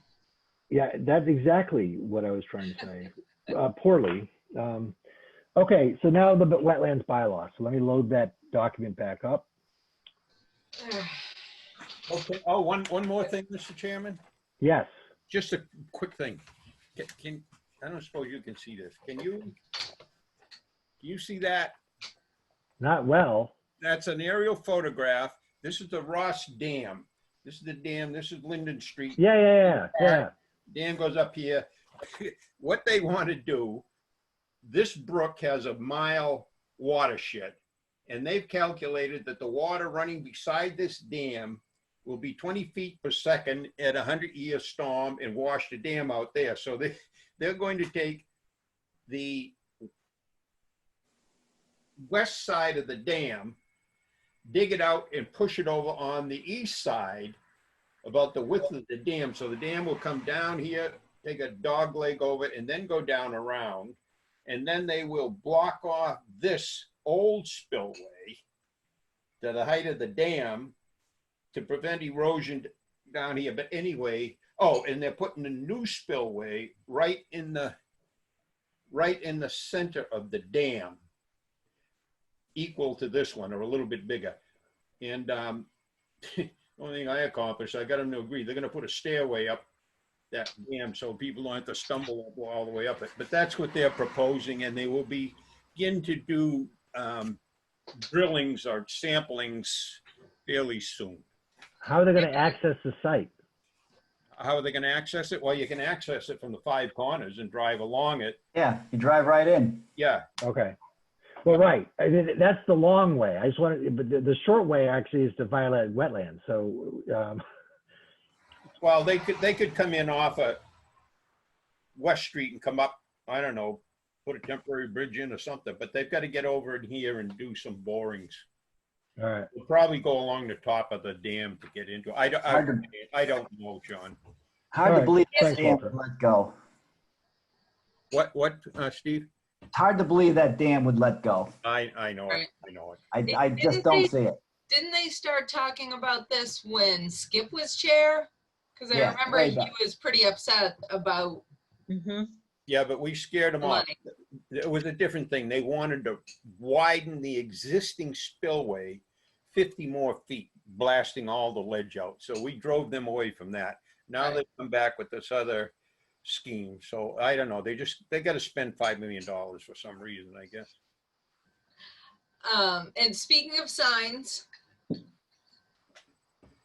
Yay! I need to polyurethane it. And here's the other Let one me see it again. done. So this is done, Oh, And she's gonna want to get paid for this too. Look at this. right? Oh, Yeah, submit your Yeah. receipts. What Somewhere if they I have a Lowe's receipt for like $20 worth of wood. oh, Get shit. out of here. I would, So I just need to polyurethane them, but we were doing sawdusty stuff in the shop this weekend, so. But Walter would have cut that tree down for free and got you. yeah. All right. So, Good work. thank you. They look nice. Thank you. Why didn't you make Walter signs? You Yeah. didn't ask me. All right, this is where we left off. Actually, I can't remember if we finished with coordination with the boards or other boards or not. I thought we had said something about like simplifying this section just because Right. That it wasn't a don't- bad idea, but it we doesn't. can need to be. simplify it. Yeah, all right. So the next section is section 7, permits and conditions.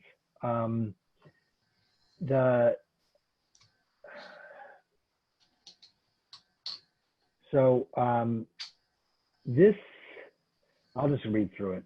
If the Conservation Commission, after public hearing, determines that the activities which are subject to the permit application or the land and water uses which result therefrom are likely to have a significant individual or cumulative effect on the resource area values protected by this bylaw, the commission within 20 days of close of the hearing shall issue or deny a permit for the activities requested.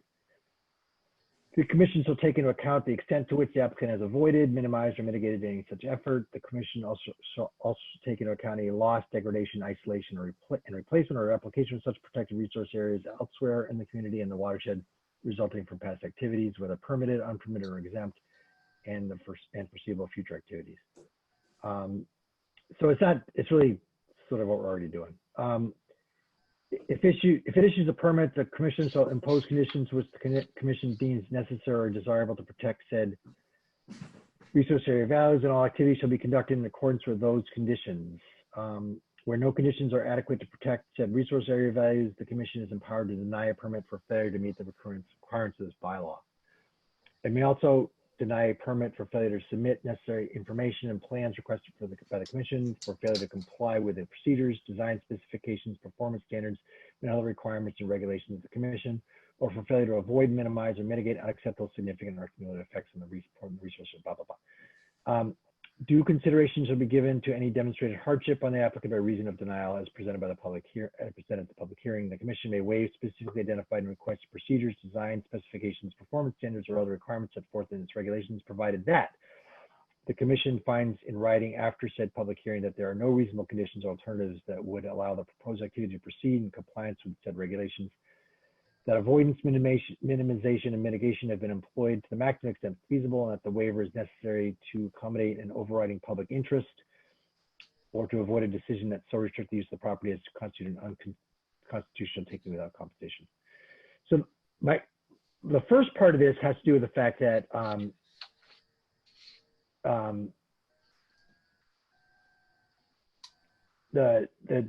the state definitely does want people to be able to have hearings even if they're not ready. So you can't deny people a hearing, but you can deny the permit for a variety of reasons. The second part of this paragraph is really just about giving us leeway if we choose to grant it. So I had no editorial comments there.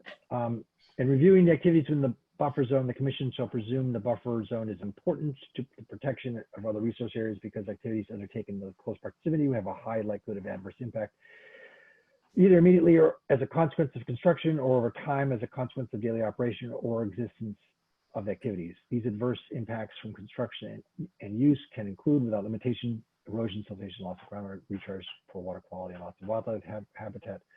Commission may establish in its regulations, design specifications, performance standards, and other measures, including setbacks, no sewer areas, no build areas, and other works. Blah blah blah blah blah blah blah blah blah blah. This part here, I added a no disturb zone up top, so I might just delete this part because it just gets tedious. This is the the attorney in McGregor. Greg. This is Greg's law here in front of us. Yeah, Yeah, I All right. mean, yeah. In reviewing activities within the riverfront area, the commission should presume the riverfront area is important to all the resource area values unless demonstrated otherwise, and no permit issued under shall permit any activities unless the applicant, in addition to meeting the otherwise applicable requirements of this bylaw, has proved by a preponderance of the evidence that one, there's no practical alternative to the proposed project with less adverse effects, and two, such activities, including proposed mitigation measures, will have no significant adverse impact on the areas or values protected by this bylaw. The commission should regard as practical an alternative which is reasonably available and capable of being done after taking into consideration the proposed property use, overall project purpose, e.g. residential, institutional, commercial, industrial, logistics, existing technology, costs of the alternatives, and overall project costs. To prevent resource area loss, the commission shall require applicants to avoid alteration wherever feasible, to minimize alteration where alteration is unavoidable and has been minimized to provide full mitigation. Can I stop you for a second? Yes. Are we gonna go through God. the whole thing that fast? Because I feel like I'm not even having, I'm not Right. having time to discuss the things that you're blowing past. Mr. Chairman, I agree with my dear friend. I would just, first of all, this isn't going to be, we're going to go through this thing, but this isn't going to be the end of it. We're not going to have a special town meeting, isn't even being thought of. So it's good That is not true. We'll work on it, but I want more time to digest this before we finalize it. So. Well, we're That's not finalizing it tonight by any stretch, No. but so my first question about this entire section is, are we requiring a separate permit? No, there's not a separate piece of paper because the COC has a section in it that allows for specific municipal bylaws. So it's like page 7 or something like that. Okay, So we don't have to develop our own forms. well, more importantly, we don't have to administer a whole separate permit process, Correct. which would be onerous at best. Correct. I The only exception to that has to do with appeals. So for instance, if somebody wanted to appeal the 25-foot no touch, it would go to Superior Court, not the DEP. So that Okay. would mean more difficulty for us and the town and the lawyers, because then we'd be Well, going to court. Sure, but I mean, if we have a 25-foot no touch bylaw that is voted on by the town, right, so. Right. So in that case, it's probably going to fly just fine because we won't be the first town to have a 25-foot no touch zone. Correct. There are other towns that have 25-foot no touch zones. So there was some place that I saw where you said, oh, that just gives us leeway. Yeah. Can we just look at that again and make sure that it says that it gives us, can we just look at that part again? Yeah, here it is. Yeah. Okay. Oops. Yeah. It's down red.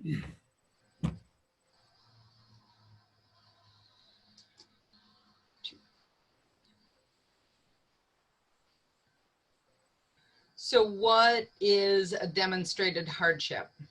Now, what does that actually say? I didn't write it. This is all pre-written. Yep. This is straight from the MACC boilerplate. So this, you know,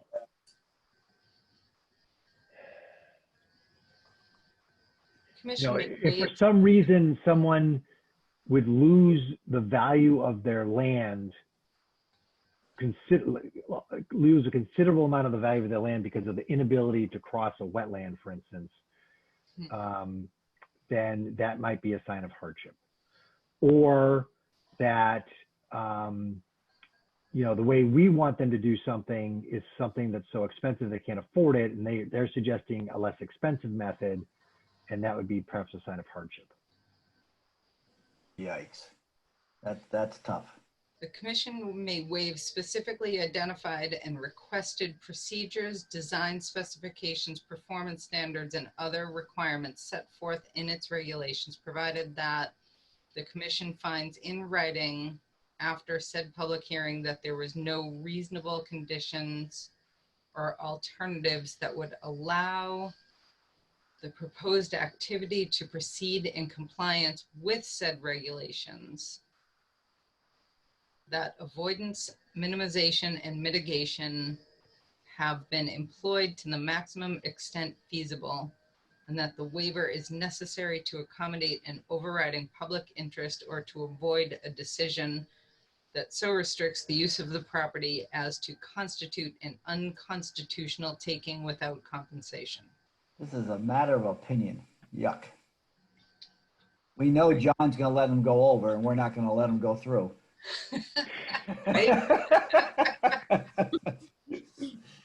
Ah.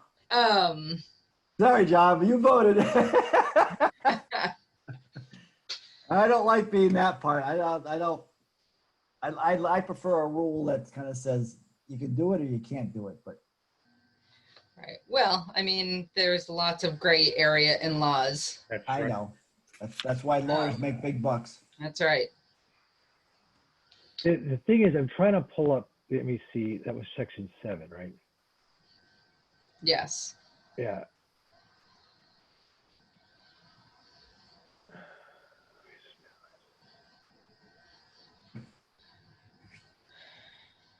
So I guess my question is, and I might just not be reading this right, and it might be, I'm sure it's fine. I just want to make sure that I'm clear on what I'm voting for.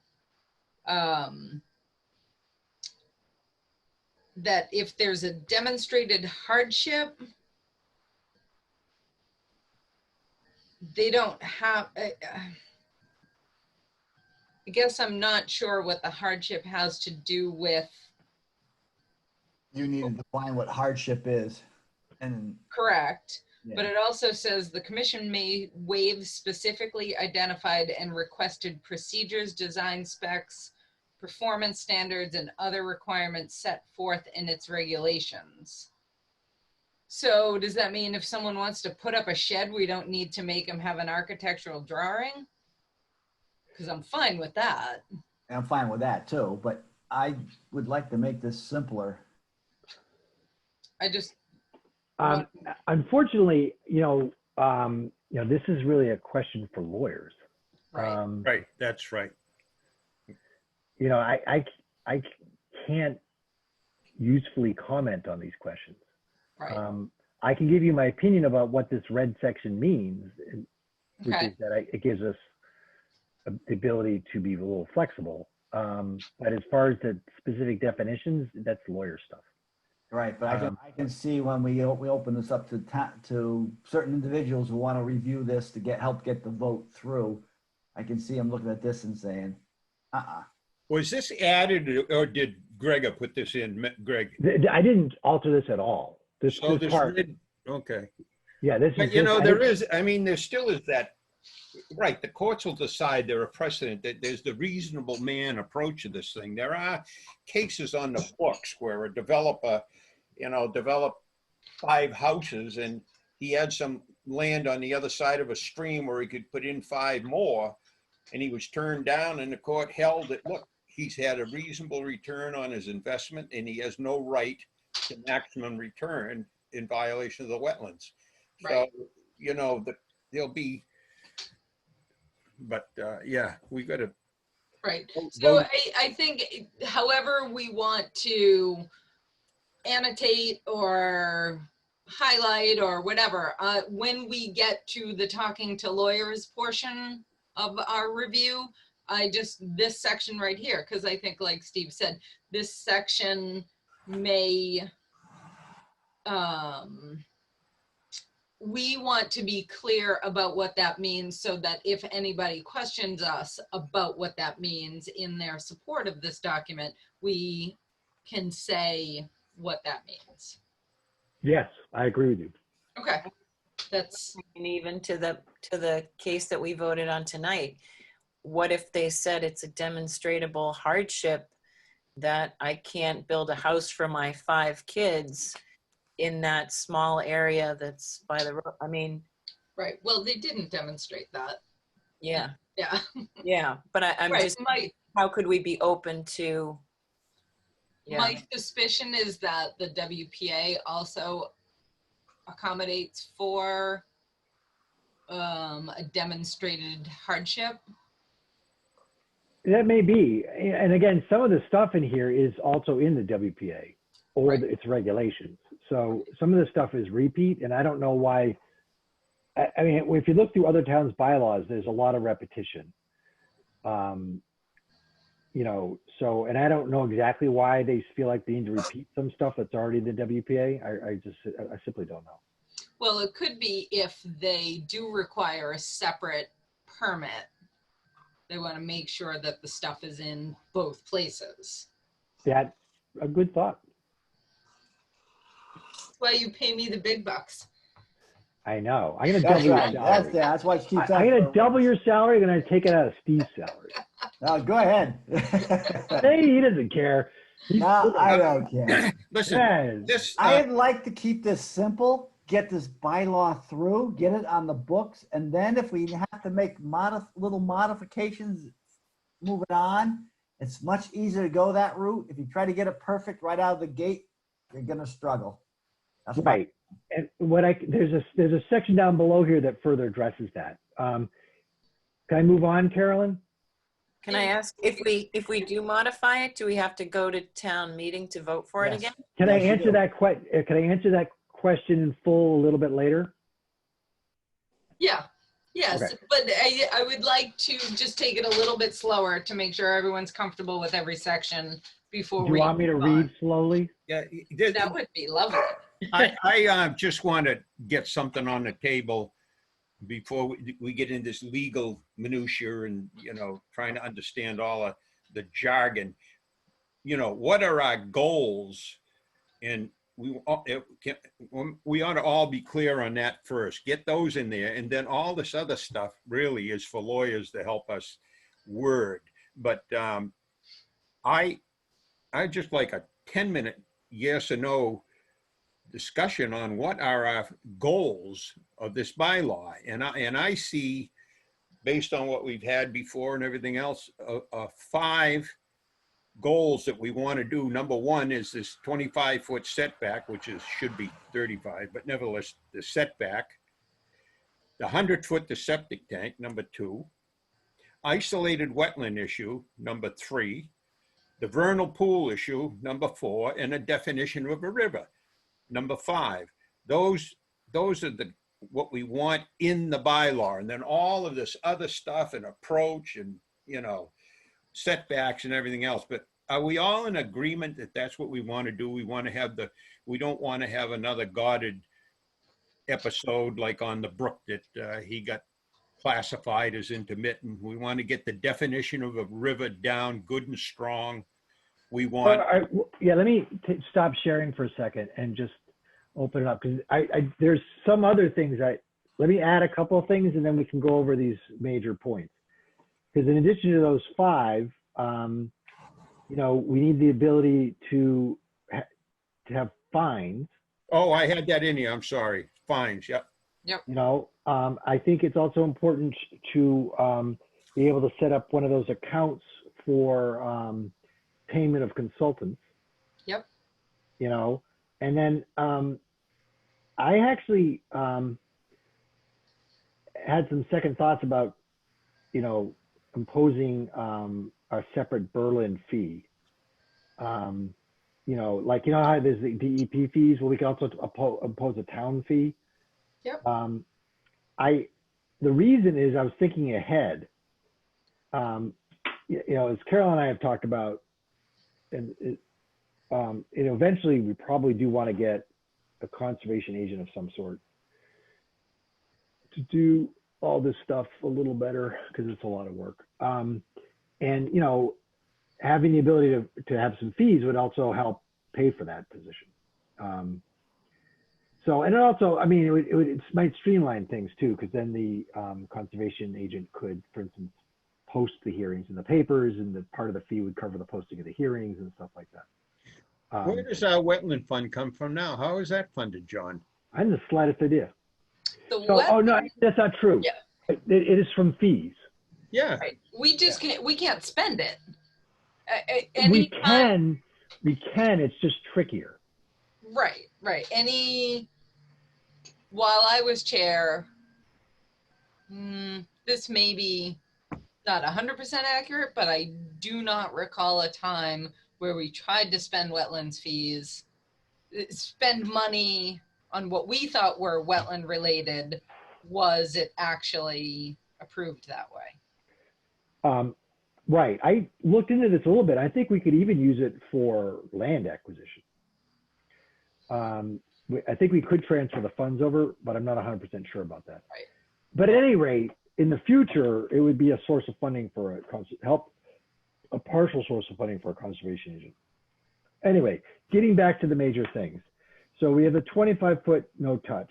Everybody, I think we're fine with that. That probably doesn't need a lot of conversation. No, it doesn't, but I gotta tell you, Harvard has a 50-foot, Marshfield has a 50-foot, Sudbury has a 50-foot, 100-foot buffer around vernal pools. So the 25-foot is certainly a wimpy way to get out of it. Well, I guess that's where we're gonna go. There are plenty of towns that have they have 0 feet. 0 feet. So the majority, it's the minority of towns that have a no-touch zone. Most towns do not have a no-touch zone. We'll go baby steps. We'll get to 25 and then we'll find out we can move it up to 35. Let's get this in at least something on the books. I agreed on that. I just wanted to point it out. Okay. So the next thing Walter pointed out had to do with a 100-foot septic. Now, this potentially gets us into, this was a conflict area that Carol and I noticed back in February. Correct. That, you know, it was like, basically, this isn't our bailiwick kind of thing. Right. I think when we sit down with other boards, this is something that we need to discuss. So we'll leave it in there we'll leave that on our list for now, and we'll discuss it with other boards. Well, saying that we don't want septic tank within 100 feet of the wetlands is certainly within our bailiwick. Harvard has it. Marshfield has that also. I mean, God, if we can't. And it doesn't mean it's not going in. It just means we're going to discuss it. Right, but let's have it up front now. Then we'll discuss it and we'll take it out if they want to take it out. Okay. Yeah. Vernal pools. So last time we just discussed protecting certified and potentials as identified by the state's system. Correct. And I did a quick scan, and there are a lot in Berlin. But most of them are on private property, so and we can't certify them. Right, but the thing is, if the people wanted to develop it, then the town bylaw would still kick in because there is correct, evidence from and the they state have site. right, and they have the opportunity to prove that it's not a vernal pool. Right.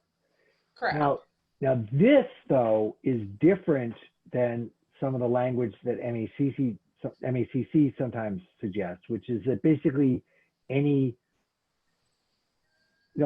that basically they're just looking at isolated land subject to flooding, and the way I read it is if they're large enough and they're not near lawn, then it's a potential vernal pool. Yes and no. That sounds fine.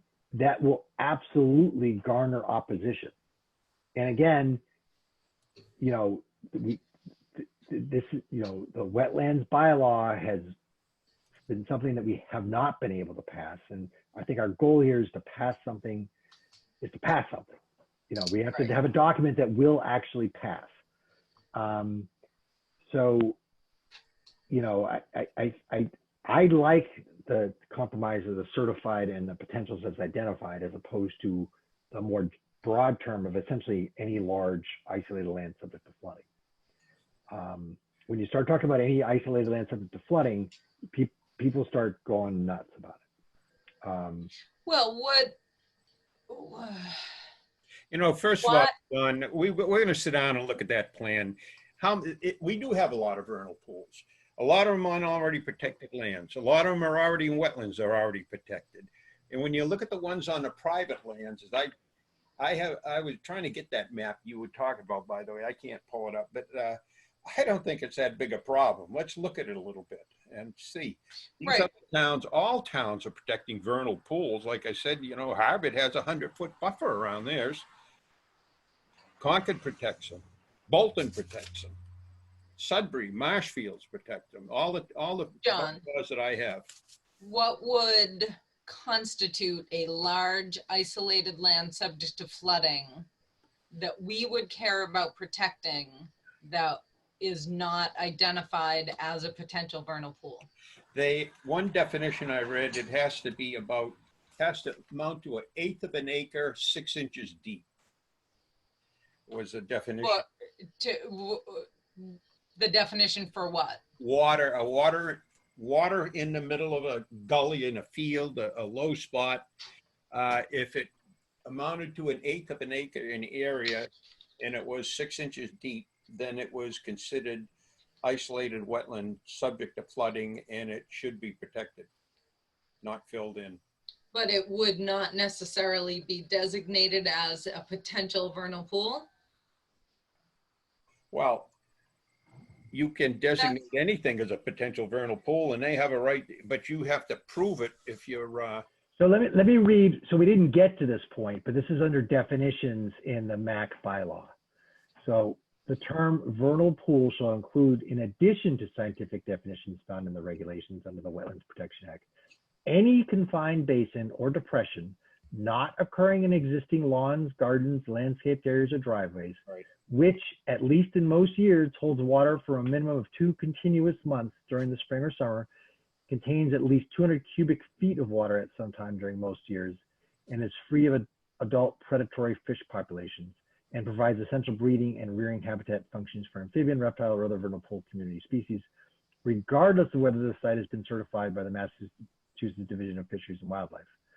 The boundary of the resource area for vernal pool shall mean annual high water line defining the depression, except as otherwise provided by this bylaw or in associated regulations of the Conservation Commission. The definition of terms and procedures in this bylaw shall be set forth by the Wetlands Protection Act, blah, blah, blah.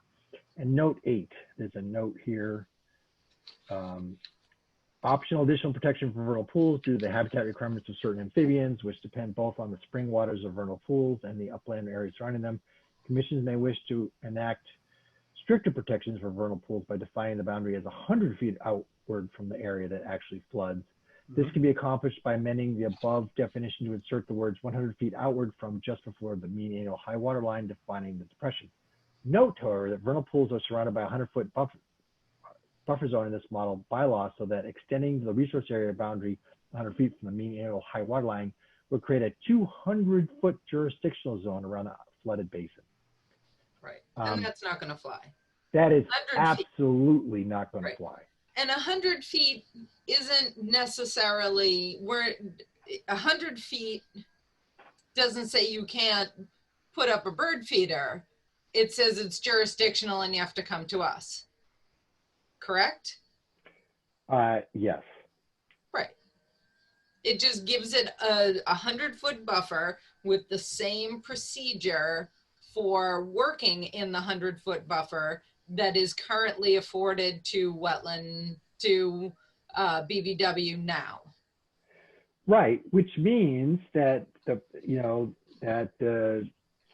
person doing that Mike has to hire a wetland specialist and submit an NOI and pay all kinds of fees and stuff like that for a swampy little bit, on a piece of property. I'm just looking at it from his If it's a perspective. vernal pool and does serve a purpose of a vernal pool, then it should be protected. 100 feet, that's 30 paces.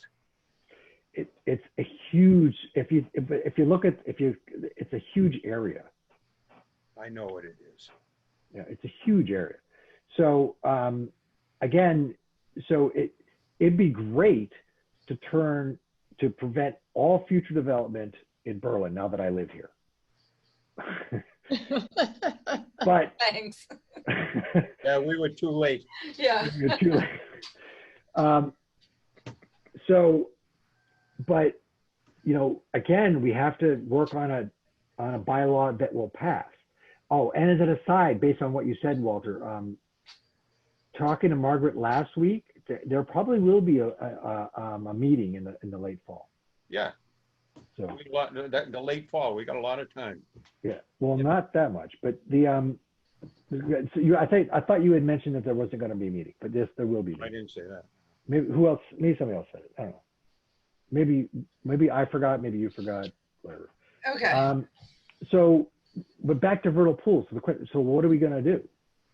Think about it until next week and talk about it again. 300. How much was that again? It was 300.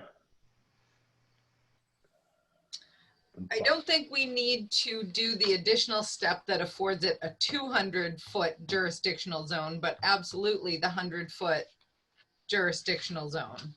No, 100 plus 100 is 200. As an option.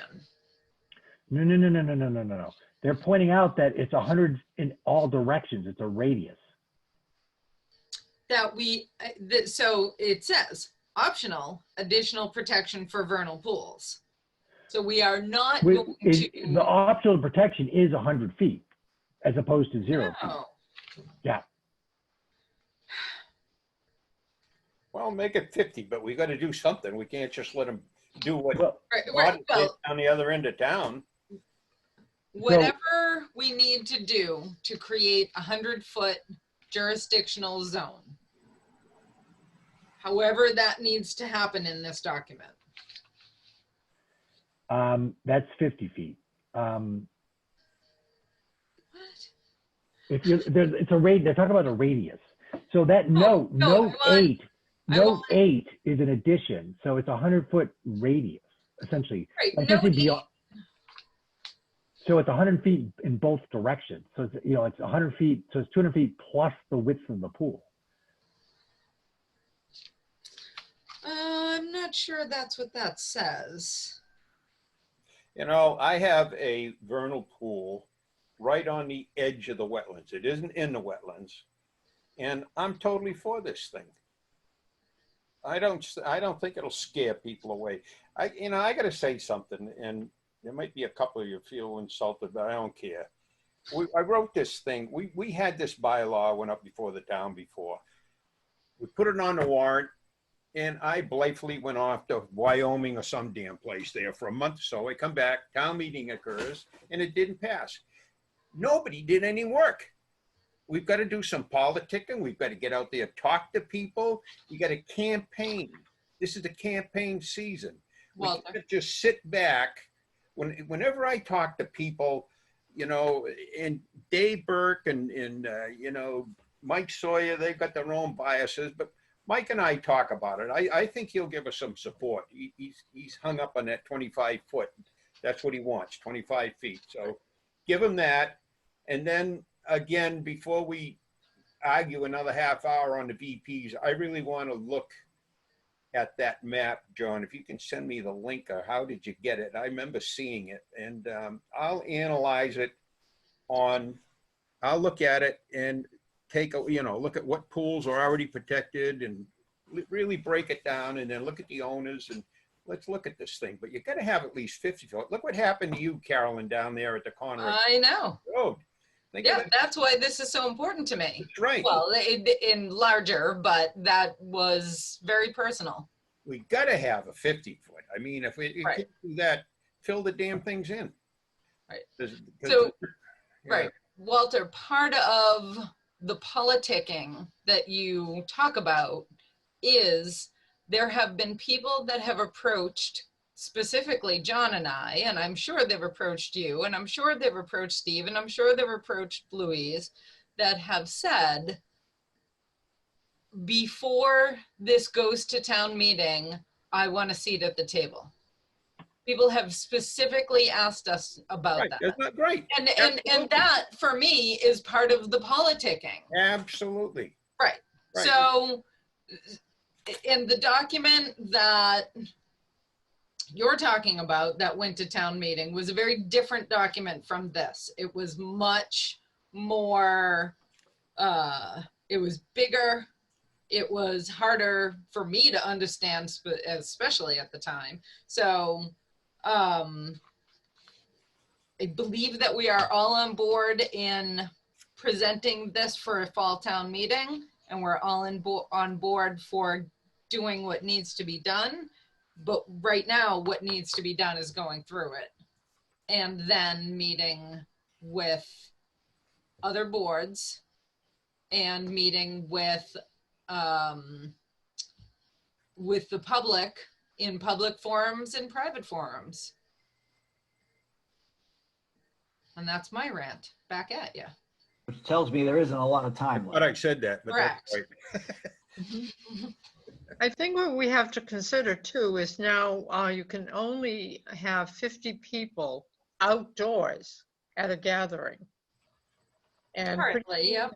going to be a little cold to be meeting outdoors. So we need to I think we need to get this in place so we can start having meetings with people. We can have a Zoom Zoom meetings. We can get a We can big Zoom Zoom meeting. going. We could have like Okay. multiple All right. small Zoom meetings. That's right. Yeah. So getting people talking, that should not be a big task. Harder to pick time than it will be to set the meeting. But the other, I mean, you know, we're mixing up everything here, but the campaign is got to be one like you're running for the legislature. You're going to have a voter poll. I could identify 10 or 15 people without even thinking that'll vote for this, but I've got to pull them out. Each one of you talk to me. Oh yeah, this is great. So call them. They got to come and vote. We've got to organize a voter poll. We don't have anything to tell them about. Well, know, that's what we're working on right now. So that's what we're, Right. right. Yeah. All right. So Okay. can you all do this then? Read the damn thing and make edits. Send them to me. I will edit what I have, and I will be in control. I'll be in charge of, you know, sort of iterative edits. So we can, you know, but you guys are all going to have to like go through this thing and read it and just decide what you like and what you don't like. Well, I've spent a whole day on it yesterday, John, and I agree with you. And I got to go through it again. But let's just at least tonight, I think we agree we got to do something with vernal pools. We don't know what we're going to do. We got to do something. We got to get a definition of a river down, deal with that. We've got to get a 35-foot no touch. Worry about It's 25 feet, Walter. 25, excuse me. Freudian slip. Good try. Good try. Yeah. And again, we'll put 35 in and knock it to 25. No. Again, Yeah. some of the stuff you don't want to have to fight about. There's going to be enough stuff. The vernal pool thing is going to be like, you don't want to fight about everything, just a few things. If we just leave it at 25, no one's going to fight about it. Now, for the rivers, I'm sorry, go ahead, Louise. It's already a policy that almost everyone is following. Very few people are, almost everyone that comes before us. There Right. was really only one. Yeah. Yeah. So for getting back to the rivers thing, what I believe you're referring to, Walter, is that we're talking about both perennial and intermittent streams. They'd be classified as the same thing. Is that what you're saying? Well, we've got to decide on that. But we've got to make darn sure at a minimum, anything that's on the USGS maps is a river. And nobody, I don't care if it dries up for 5 months during the year, it's a river. That's what you're just saying we're protecting intermittent streams. Correct. That's what you just said. Yep. There are deficiencies in the USGS map, though. There are some streams there that don't exist anymore, and there are perennial streams that aren't on the map. But at least it's something. But I just wanted to point that out, that there are mistakes on the USGS map. You know of perennial streams in Berlin that are not on the USGS maps? I think there might be one, yeah.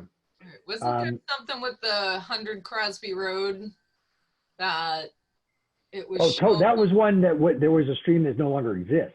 Yes. There's two cases there. So I believe that stream coming out of the pond is perennial and not listed, and then there's a perennial that cuts right across his backyard, which clearly no longer exists. Walter, you had mentioned isolated land subject to flooding. Did you want to deal with that separately from vernal pools? You know, let's look at, I've got to look at that again. What I'm thinking of, I'm thinking of that big area up on the, I keep forgetting the name, by the Tyler, the zip line place. Boundless Adventures. That Boundless Adventure, there was an acre of cat and nine tails and everything else in there, but it was not connected to the other wetland in a swamp, which was just 50 feet away. Anyway, that's the type of thing I'm thinking about. But let me look into it and define it a little bit better for you. Right, because again, we have to be careful about people jumping to conclusions that we're trying to protect the mud puddle in their backyard. Right. Yeah. You know, these are the bylaws of other towns. I've gone through them all, and I drew up a chart of who has what, when, where, and how. But I'll look at them some more. That chart is already available through MACC. Okay. I think I sent it around once already. Also, if anyone wants an MACC handbook subscription, just let me know. Or actually, you don't even have to let me know. You can just let them know. And then I'll reimburse you if I'm in a good mood. Don't we have a password to look at it now? You would have just contact. I mean, they're like a 5-person outfit. It's like, it's not a big, yeah. So just email them. I know, but we've been through this. Anyway, just email them, and they know your name because they ask for the roster. So they know you already, your name. So you just have to say, I'm also interested in this $15 membership, and they'll give you a password, and then you have access to the thing for a year. And we'll just pay you the $15. Okay, And we may vote to reimburse you. Maybe. Where is the copy we have, by the way? There's 2 copies. They're in the closet, and you can't go in the town hall right now, and I'm not going to get them for you because you're pissing me off a little bit. I was in there the other day, so how'd that grab you? Oh, that's terrible. Did you sign in? Yeah. All right. Who the hell let you in there? My name, I can go any place.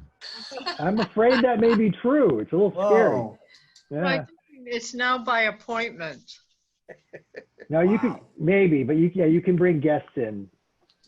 But yeah, no. Anyway, Walter, there's 2 copies, and they're in the closet back there. Okay. And they're old. And they're old. And you can go in the back way, Walter, if you have to. John will let you cross the wetlands. Okay. All right, I think we should call this fiasco to an end. Well, no, wait a minute. No, I mean, so we want the fines. Yeah. I say you go to 100-foot and septic, and that we'll just tell the Board of Health, tough shit. That's the way it's got to be. Were you making a pun? Yeah. I think a better way of dealing with it. You said you wanted to be the person that reached out to the Board of Health. Why don't you talk to them first and see what they think about us putting that in there? I am. Paul and I are going to meet in the town hall some night next week, and he's going to run by me because they're thinking of changing the bylaws that I wrote in 1971 that has basically saved this town more than anything else. And so he's gonna run that by me, and I'll ask him about this. I won't ask him. I'll tell him we're gonna put it in our bylaw. No, Walter. First of all, you were 65 back then, weren't you? Yeah. Yeah. So, and secondly, just think about it. Don't just tell him, ask him what he thinks about us putting it in there. Have a discussion, a dialogue. Don't try to bully him into it. Just have a discussion. Jesus Christ. Pissing me off. How many campaigns have you run and won, huh? I've won several. I mean, I know how to campaign. Don't worry. Yeah. All right. Good luck talking to Paul. Paul and I are good friends. Don't All worry. right. All right. Thank you for talking to Paul about that. I'm grateful you'll be doing that. I'm sure you are.